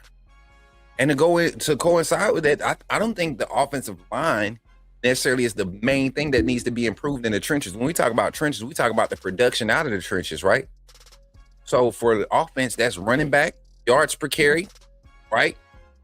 And then also for defense is the linebackers, tackles for loss, tackles in general, right? Tackles behind the line of scrimmage, tackle for loss, sacks, right? How they're seeing the fits that need to be filled, the run fits that need to be filled, how they're seeing it. That's all part of the trenches and their production and their increase. Yep, always room for improvement, but the offense needs to improve. The offensive line, I think to me, once you see more decisive quarterback play and the amount of targeted explosives that we want to hit week in and week out offensively, I think that's where you're going to see the true improvement. So now defensively, let's talk a little bit about defense, because I know there's a lot of excitement around the defensive side. I'm gonna pull this list up again. Give me that defensive line list again, Jordan. I want to pull that up because there's some skill sets there. There's some skill sets here that I think if you really pay attention to how this is made up anatomically, and I'm gonna full screen it so y'all can kind of see the heights and weight a little bit better. But look at every defensive lineman available for the University of Alabama this season. I think the shortest guy we have now on roster is probably going to be Isaiah Fagel. I know they have him listed at 6'2". You might see 1 or 2 6'2" guys, but he's probably the only true 6'2". Everybody else is there's about 6'3", for sure 6'4" plus. Right? You got all these 6'3" to 6'5" guys with these 6'5", 6'6" wingspans, averaging anywhere from 295 to 280. 285 to 315, 330 that can move, right? You don't see a big 355 no more. Y'all remember we used to see those 345s, 350s, 360s across the D line? You don't see that no more at Alabama. You have to get lighter, but you can't lose your power and your strength. So I look at it and I see a 6'4", 285, 295 Steve Bowler, who's pushing 300 again. Devin Tompkins, 6'5", 290. Right? Edric Hill, 6'5", 295. Desmond Hughes, who I think, to me, what we got from LT Overton last year being able to play that wolf and to play the bandit position, that's what you're going to get from Desmond Yu. Keldrick Billingsley going to be an interior asset. I think is going to be one of your smaller frame interior assets that you want on the field to provide you some first down, second down pass rush / run containment.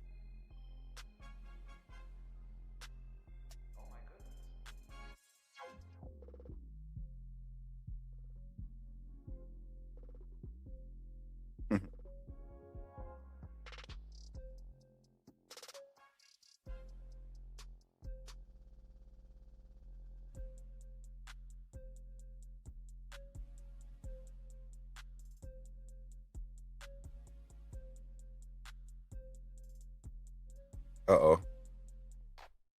I might have to. Nope. Okay, we good. I can report on that after the show. What time is it? Oh, we got 15 minutes. We got 15 minutes till we close the show out. But looking at the defensive line, y'all, we got so many opportunities to see a lot of skill sets be put on display this season.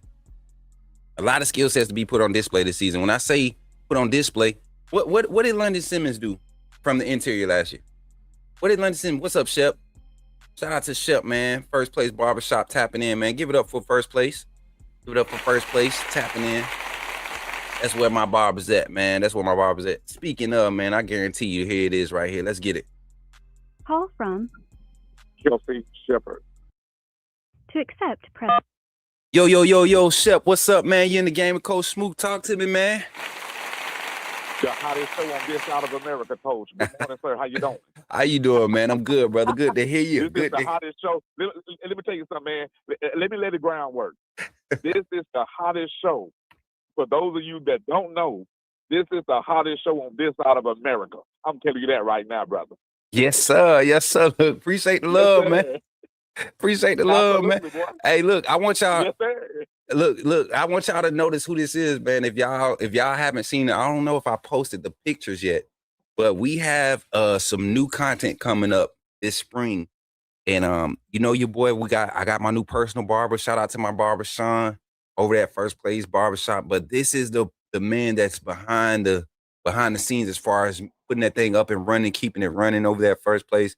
Shep, tell the people a little bit about yourself, how long you been a Bama fan, some of your history behind just knowing the game and all that stuff. Introduce yourself to the people, man, because this is going to be one of our freaking callers and personalities on the channel, man. So y'all give it up for Shep. But Shep, tell everybody where you from, man.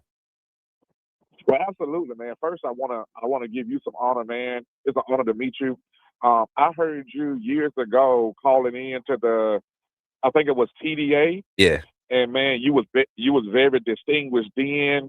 I mean, your take, your insight was just different. And I was like, man, who this guy is? And I was kind of jealous, man, because I felt like Stephen M. Smith was kind of letting you have the floor a lot. And I'm like, Stephen, I'm friends with you too.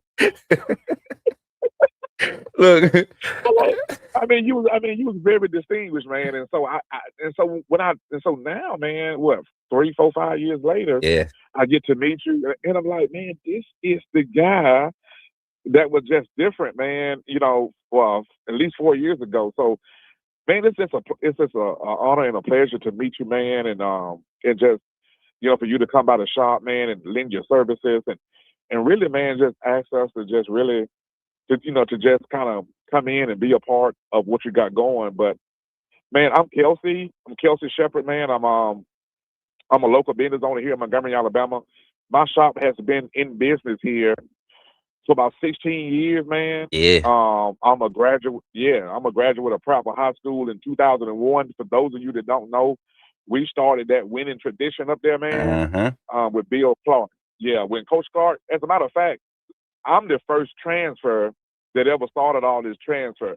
You know, all this transfer, you know, that you got going. I started that stuff, man, back in 1990.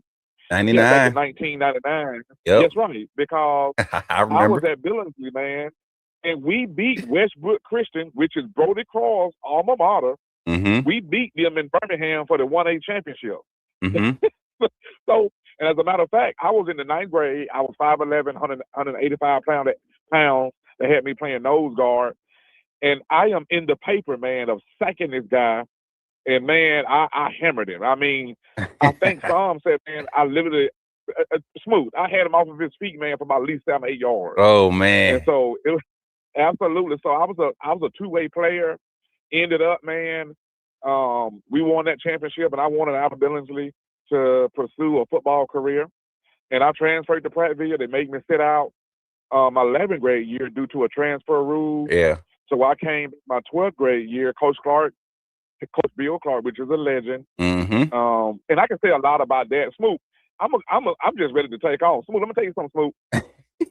Coach Clark had back problems even then. Yeah.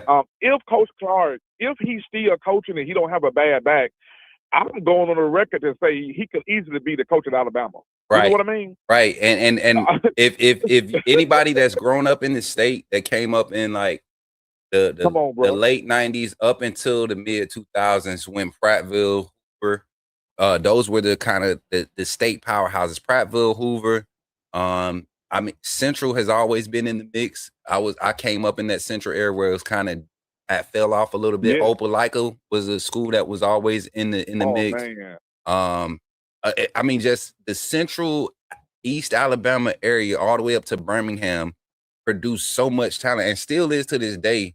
Coach Clark definitely had a lot of players trying to figure out a way to get to Prattville during his time span. And I'm talking about across the state because everybody wanted trying to be on that MTV series with Coach Rush Props and all that during the early 2000s. Some of us wanted to go in and actually be able to play. And so when you had kids trying to move from Phoenix City, from Birmingham, from Ozark, from Eufaula, trying to move up to Montgomery, Alabama area, or, Stanhope, Wetumpka area to try to get to Prattville, the coach was doing something special back in that time. We're not talking about a digital social media area. We're talking about a newspaper era. So it's crazy to hear the stories. But I want to get your thoughts on something before we get too far off, man. We've been talking, and I've been in the shop about 3-4 times since we talked about getting on this show. I want to hear your thoughts on the topic of conversation today. Which side of the Alabama trenches, meaning the offensive line with the running back play, how the run game is producing, compared to the defensive side with containing the run, getting pressure on the quarterback, stopping the run? Which side do you, as a fan, want to see the most improvement on, or which side do you feel like needs the most improvement? Let's start there with that conversation. We got about 5 minutes left on the line. Let's get to it. Absolutely. And here's the thing. I'm not greedy. I love to share, and I want to get out of your way, brother, and let some more folks come in because your show is just that hot. Well, of course, being a former running back, man, I'm always going to say offense. However, in the Alabama-Mississippi All-Star game, man, I was hit by people like Melvin Oliver. Yeah. Freddie Roach. I had to block Freddie Roach, LaMarcus Rowell. And so, so one of the characteristics of being a good running back is running up against a tough, stingy defense throughout the week. And however, Freddie Roach, which is my boy, I played ball at Jacksonville State with his brother and Quint Bowens. I want to see Freddie, a coach. Coach, I want and Stephen M. Smith over at TDA, he was covering this. Matter of fact, he covers it every year, and he and I always agree. Freddie hasn't produced a first round D tackle since he's been in Alabama.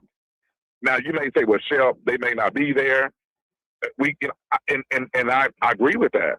I want to see the Bama D. Now, I mean, we held our own last year, but I want to see that.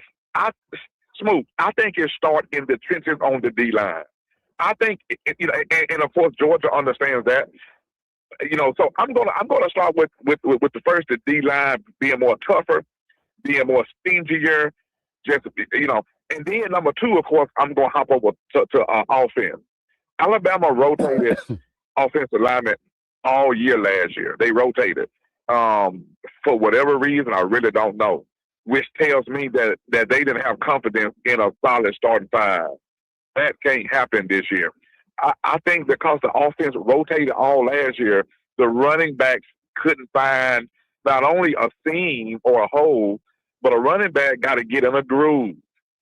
I think that's part of the reason why the Bama running backs struggled last year, per se, because they never could really find a groove because every player is different.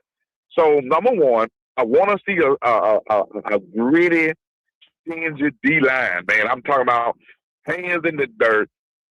You know what I'm saying? Nut swagging, excuse my language. I'm talking about just a nasty Bama D line. And number two, the O line got to get better. Why? Because you got to block them son of a gun.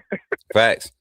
Now, what I will say is this: in today's era of college football, you are not going to get a back. And I keep telling people this: there is no back on any roster that has more than one 4-star, 5-star running back on their roster.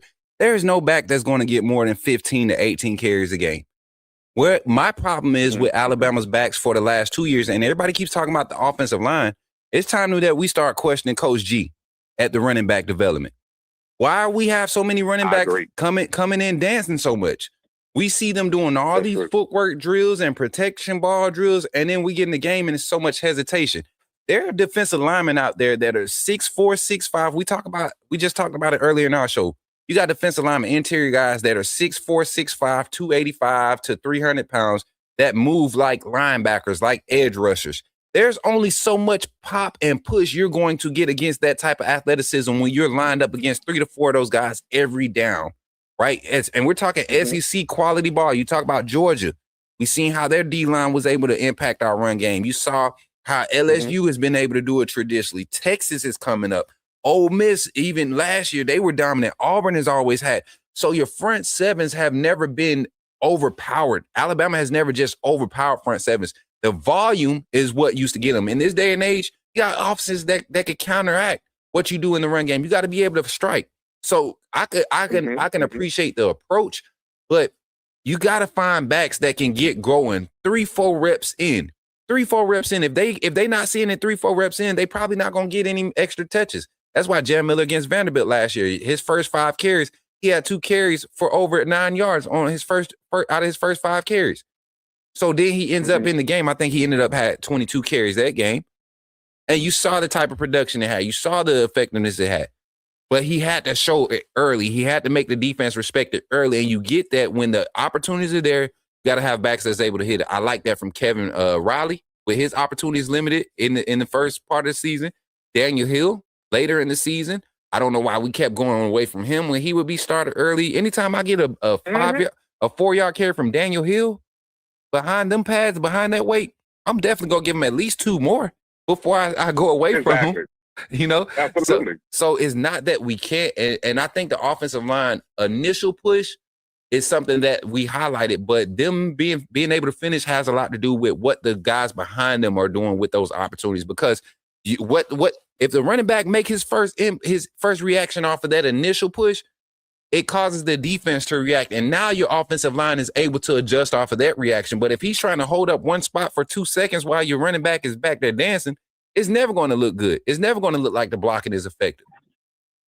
So, and Coach, I totally agree. And I want to make this last statement before I leave. And here, because you open up another show topic, right? We went with Kevin.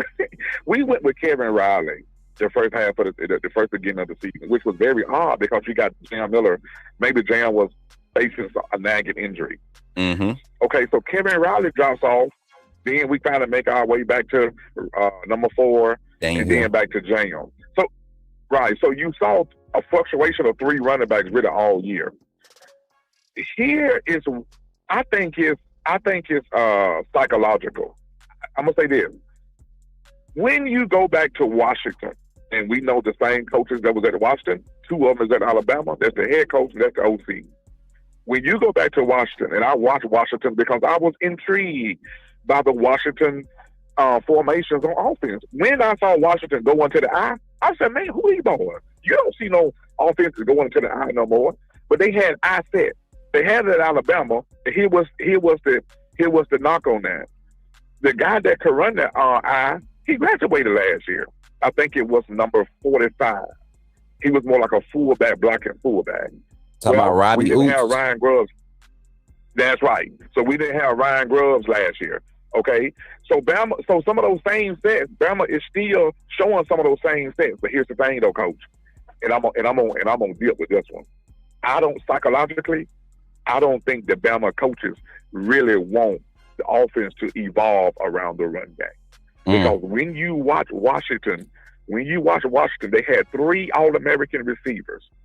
They already knew. They ran the ball at Washington, but that wasn't their MO. They believe in that if we attack you downfield, if we attack you on the edges, their thing is then the run game will open up. And it could open up. But here in the SEC, that's not usually how it works. I don't know. Hey, you got to attack me. I argue that. You want me to tell you why? Because we saw for 3 years, the last 3 years of Coach Saban, we saw people do exactly what Kalen DeBoer is trying to do in the SEC. We seen LSU do that to us. We saw Texas A&M do that to us. We saw Ole Miss do that to us. We saw Vanderbilt do it to us. His last season. We saw Oklahoma come in and do it to us. Literally, nobody just overran us that first that year before Saban retired. Nobody just outran us. They opened the game up early. They hit us big plays, 20 plus, 30 plus yard passes, getting you off of play action and quarterbacks making throws. I tell you what was missing last year, and we can walk off on this one. The fact that Ty Simpson couldn't hit a pass over 9 yards on a consistent basis, that means my safeties could play at 10. Okay. Why are they saying that his film looked better than Mendoza's the first 8-9 games? That's what they always say. They said that about doggone what's our boy in the league now? He was starting for the Patriots, the one that won a natty for Bama. I forget his name. The last natty for the young man. What's his name? Last starter. He came after Bryce. I forget his name. I know who you're talking about. See, you see what I'm saying? They said his film was great too, but then he gets to the league and what happens? Like all of that, it only carries if you a system guy. Ty Simpson is a system guy, a game manager. He's not a game changer. This system was thriving because of a game changer. Penix was a game changer. We seen him create plays in this offense. So when you're able to throw guys open vertically and hit those 4 or 5 early in your first half, now you got your safeties 12 to 15 yards off at the pre-snap. Now your corners can't press up and play man, and if they do, you hitting them with switch release concepts.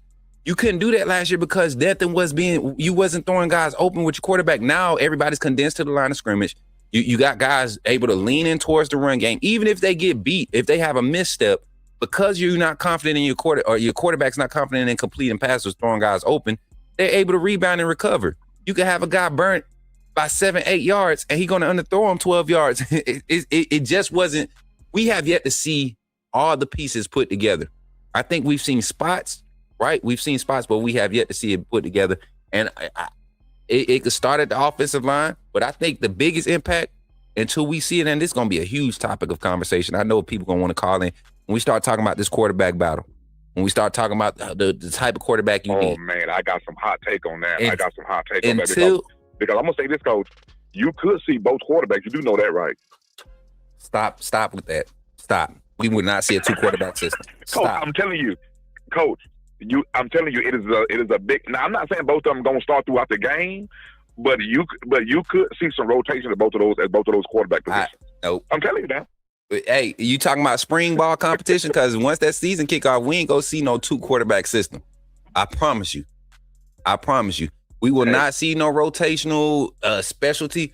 The legs in this room, there is no separation in what you get production-wise from legs. There is no separation in difference of skill set when you talk about mobility in the quarterbacks available. I'm talking about from Austin Mack all the way down to the true freshman to Mala and Kawhi.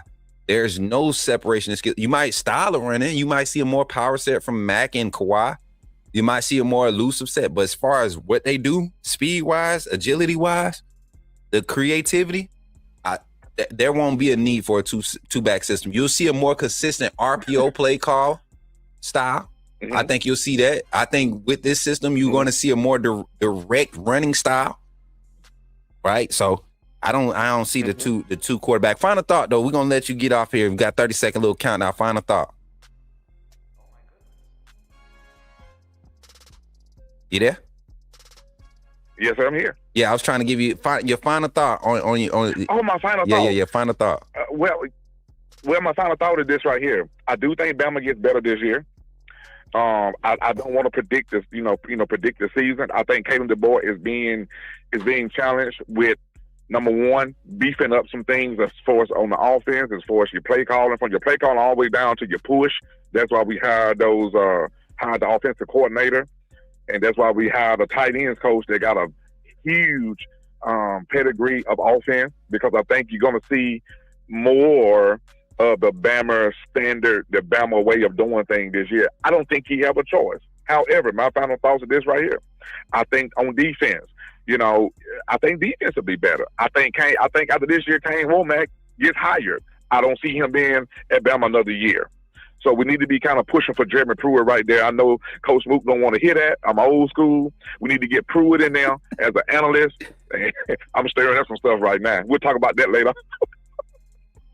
Hey, But, listen, don't have. Anyway, you know they already mad at me for being ahead of the Jeremy. I'm like a year and a half ahead of the Jeremy Pruitt news, and they so mad about it. They want everything I say out here on this internet. They want it.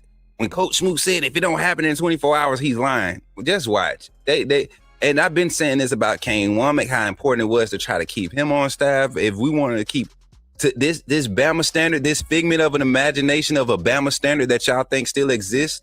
Right? A bunch of you fans it's not the Bama standard. The standard has changed. The Bama standard is no longer the championship standard. I'm sorry. There's a new standard, and we have not been it. So, and Coach, and out of respect, I'm going to end the call right there because, brother, because you said it in the barbershop and you said it now. We ain't won no championship with that standard no more, man. It's new, bro. We're lost in the sauce when it comes to what it takes to win a championship.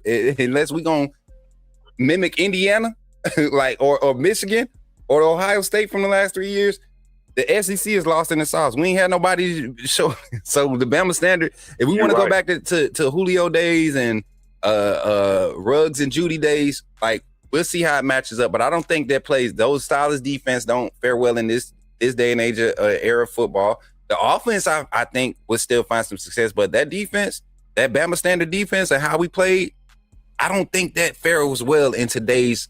Finesse is the way. Offensively, finesse is the way.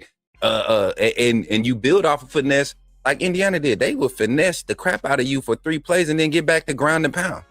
So it's a lot of things we can look forward to. But I can't wait to continue the phone call conversation. But y'all, be on the lookout for Shep to be joining us, man. Cutting Up with Coach Smook is gonna be a barbershop series, man. We're gonna be hitting different barbershops around the country. Y'all know we got a lot of travel and things to do this season. So we got First Place Barbershop will be the first episode of Cutting Up with Coach Smook, the first couple of episodes. And then we also have A1 in Tuscaloosa. That's family up there. They cut a lot of the players' hair. So we'll be doing some barbershop collaborations and stuff. We got a surprise coming up for y'all. I think it might be in April. I think we might be doing it in April, but if not April, we got a surprise coming up for y'all to kick off next season. With yours truly, Coach Smook. But Shep, I appreciate you for calling in, and roll tide, brother. Roll tide, Coach. All right, man. Y'all give it up for Shep in the chat, man. Show him some love. Go ahead, Jordan. My bad. All right, y'all. Hey, 2 good phone calls. That's how, listen, off-season phone call segment. That's exactly how I want it to go. I want 2 good, long phone calls, good conversations so we can get clips, get your thoughts. If you have thoughts and you didn't make it on the phone line today, drop down in the comments. Let us know how you feel. This show went for 2 hours. Mary J, this is the first time we did a longer than an hour and a half show in a minute. And great conversation, great thoughts, great topics. Hopefully, if you're tapping in post live, you enjoy this show. We're going to go ahead and get up out of here, y'all. Hopefully, y'all enjoyed it. We're going to do one more infomercial break, then I'll come out and do our closing announcements, and then we'll get out of here, man. I appreciate y'all. And if you're not a member of the AAA family, or if you haven't taken an opportunity to join the AAA family, this is how you do so here on the Coach Smook Network. Check it out. Glad you chose to stop by the channel today. Just wanted to give you an opportunity to really become a part of this community here at the Coach Smook Network. We like to call ourselves the AAA family. The AAA stands for authenticity above all. We just want to give you an opportunity to become a part of this community because we're growing and we're doing something special here as a fan base, not just for Alabama, but the fan community as a whole. We're creating an environment where it's safe to be yourself, be authentic, and meet people who share the same passion you share, whether it's for the same team or not. You can do this by becoming a member of the AAA family. You simply start by just clicking the link provided to you by one of the moderators in the chat, or it'll be pinned to the top of the chat. Click that link. It'll bring you to my homepage. When you get to my homepage, make sure you hit the notification button and turn on all notifications. Understand that there are multiple ways to support the channel, and each level has its perks. You can go through and read each perk. As we continue to grow, new perks will be added to each level. One thing we would like to highlight that all AAA members are greatly appreciated. It does not go unnoticed that you have taken time and hard-earned money to support this channel. Once you join, YouTube is going to ask for some payment information, and make sure you monitor your subscription dates. Also, if you really want to get interactive with the community and find out what's going on, think about joining our Discord family. This is where you can get into all the fan talk of the community, and also there are networking opportunities. Please be mindful that there are rules and that we expect everyone to treat everyone with respect. Also, if you're looking to partner with Coach Smook Network or sponsor, please hit us up at coachsmooknetwork@gmail.com, and our staff will get back to you in a timely manner. I'm your boy, Coach Smook of the Coach Smook Network, and I thank you for supporting this channel.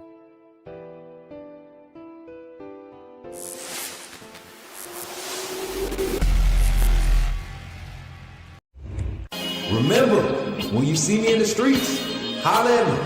Say, put me in the game, Coach Smook.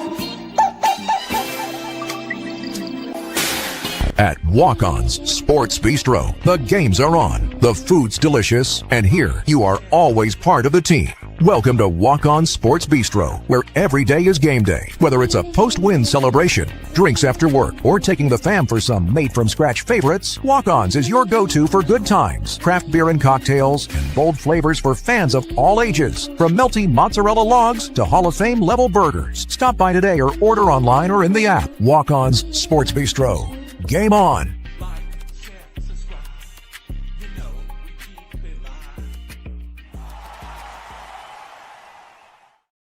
All right, chat. That's it for today's show. Thank y'all for tapping in as always, man.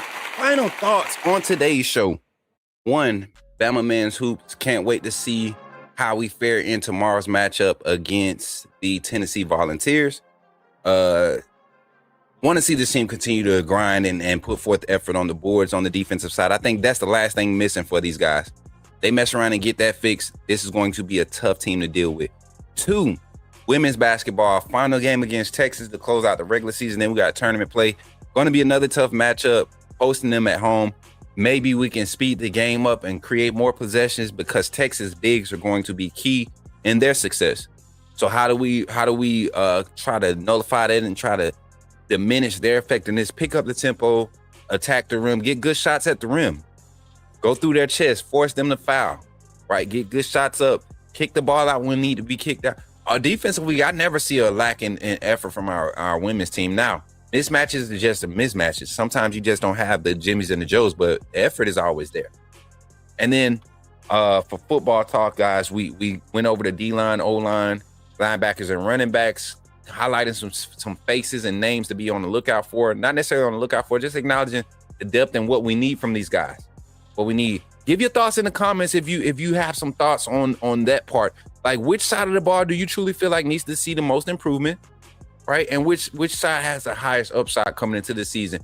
We'll talk about that more. Now, we'll be live today on Twitch, TikTok, somewhere on one of our other platforms doing highlight reviews. If you got high school athletes that you want to see their film on a platform where we're reacting, trying to get exposure, we have a lot of coaches and staff members at the collegiate level that interact with our platform. They may not necessarily watch our live streams every day, but they interact with our platform in some space or that has value as far as getting you an opportunity at the next level. All of my high school athletes, all of my prospects, football prospects that are looking for opportunities at the next level, inbox me either on Instagram, TikTok, or Twitter. Send me your film and we'll get to looking at it today. We're going to figure out a time. Once you figure out how to follow us on Twitch, Kick, TikTok, be on the lookout for those live streams today. We'll be having some fun looking at film, reacting to it, reacting to some Bama games and all that stuff. Be on the lookout for all of our content. I appreciate each and every one of you all. If you haven't already, like, share, subscribe. Shout out to all of our sponsors. Walk On Sports Bistro, Sports Info Solutions, I'm sorry. Epic Water Filters, Goomba Bullies, our personal family caretaker guard dogs and family pets. They producing them quality pups. And Minister Executive Security and Yon Urban Streetwear and Apparel, man. We appreciate y'all for being partners with us. And we got some more sponsors that we'll be announcing. I got to get a list, something that's like up so I can remember everybody.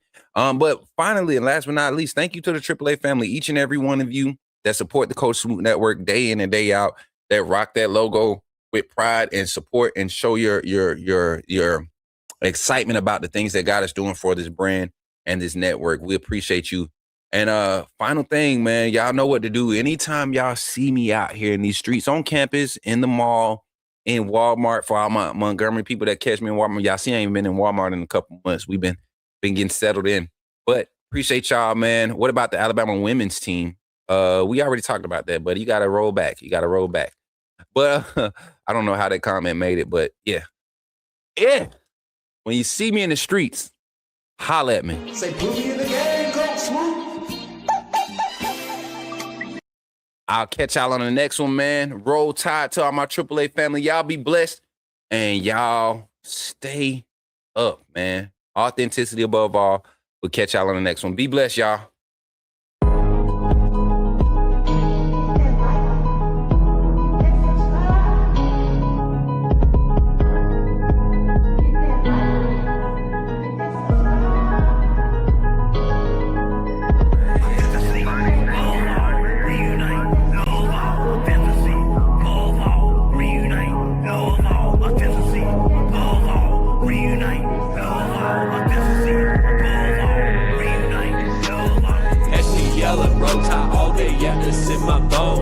Crimson in my veins, talking Bama in the microphone. Look me up on YouTube. True cut, straight from the stone. Ain't no selling fairy tales, I'm exposing what they want. Alabama football, yeah, I live it, yeah, I beat it from the streets to the bleachers, every angle, yeah, I see your film, study so militant. I ain't guessing a thing. Break it down, every snap is like a coach in the team. Authenticity above all, that's where I stand. If you ain't a real fan, you'll fail with the fan. They tried to box me in, and I keep the dough off the frame. Turn the pressure into power, put my stamp on the game. Put me in the game, coach, in the game. Put me in the game, coach, Smook, that's what they saying. Put me in the game, coach, in the game. Put me in the game, coach, Smook, that's what they saying. Players and the staff are pulling up right now for today's scrimmage. Coach David Ballou in the front. Y'all can see everybody pulling up, man. And boys over there, look at Deontay.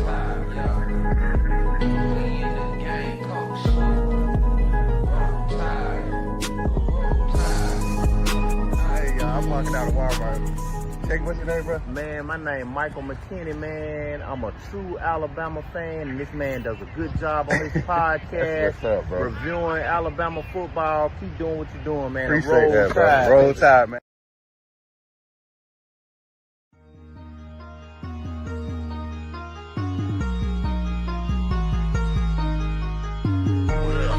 Better go subscribe.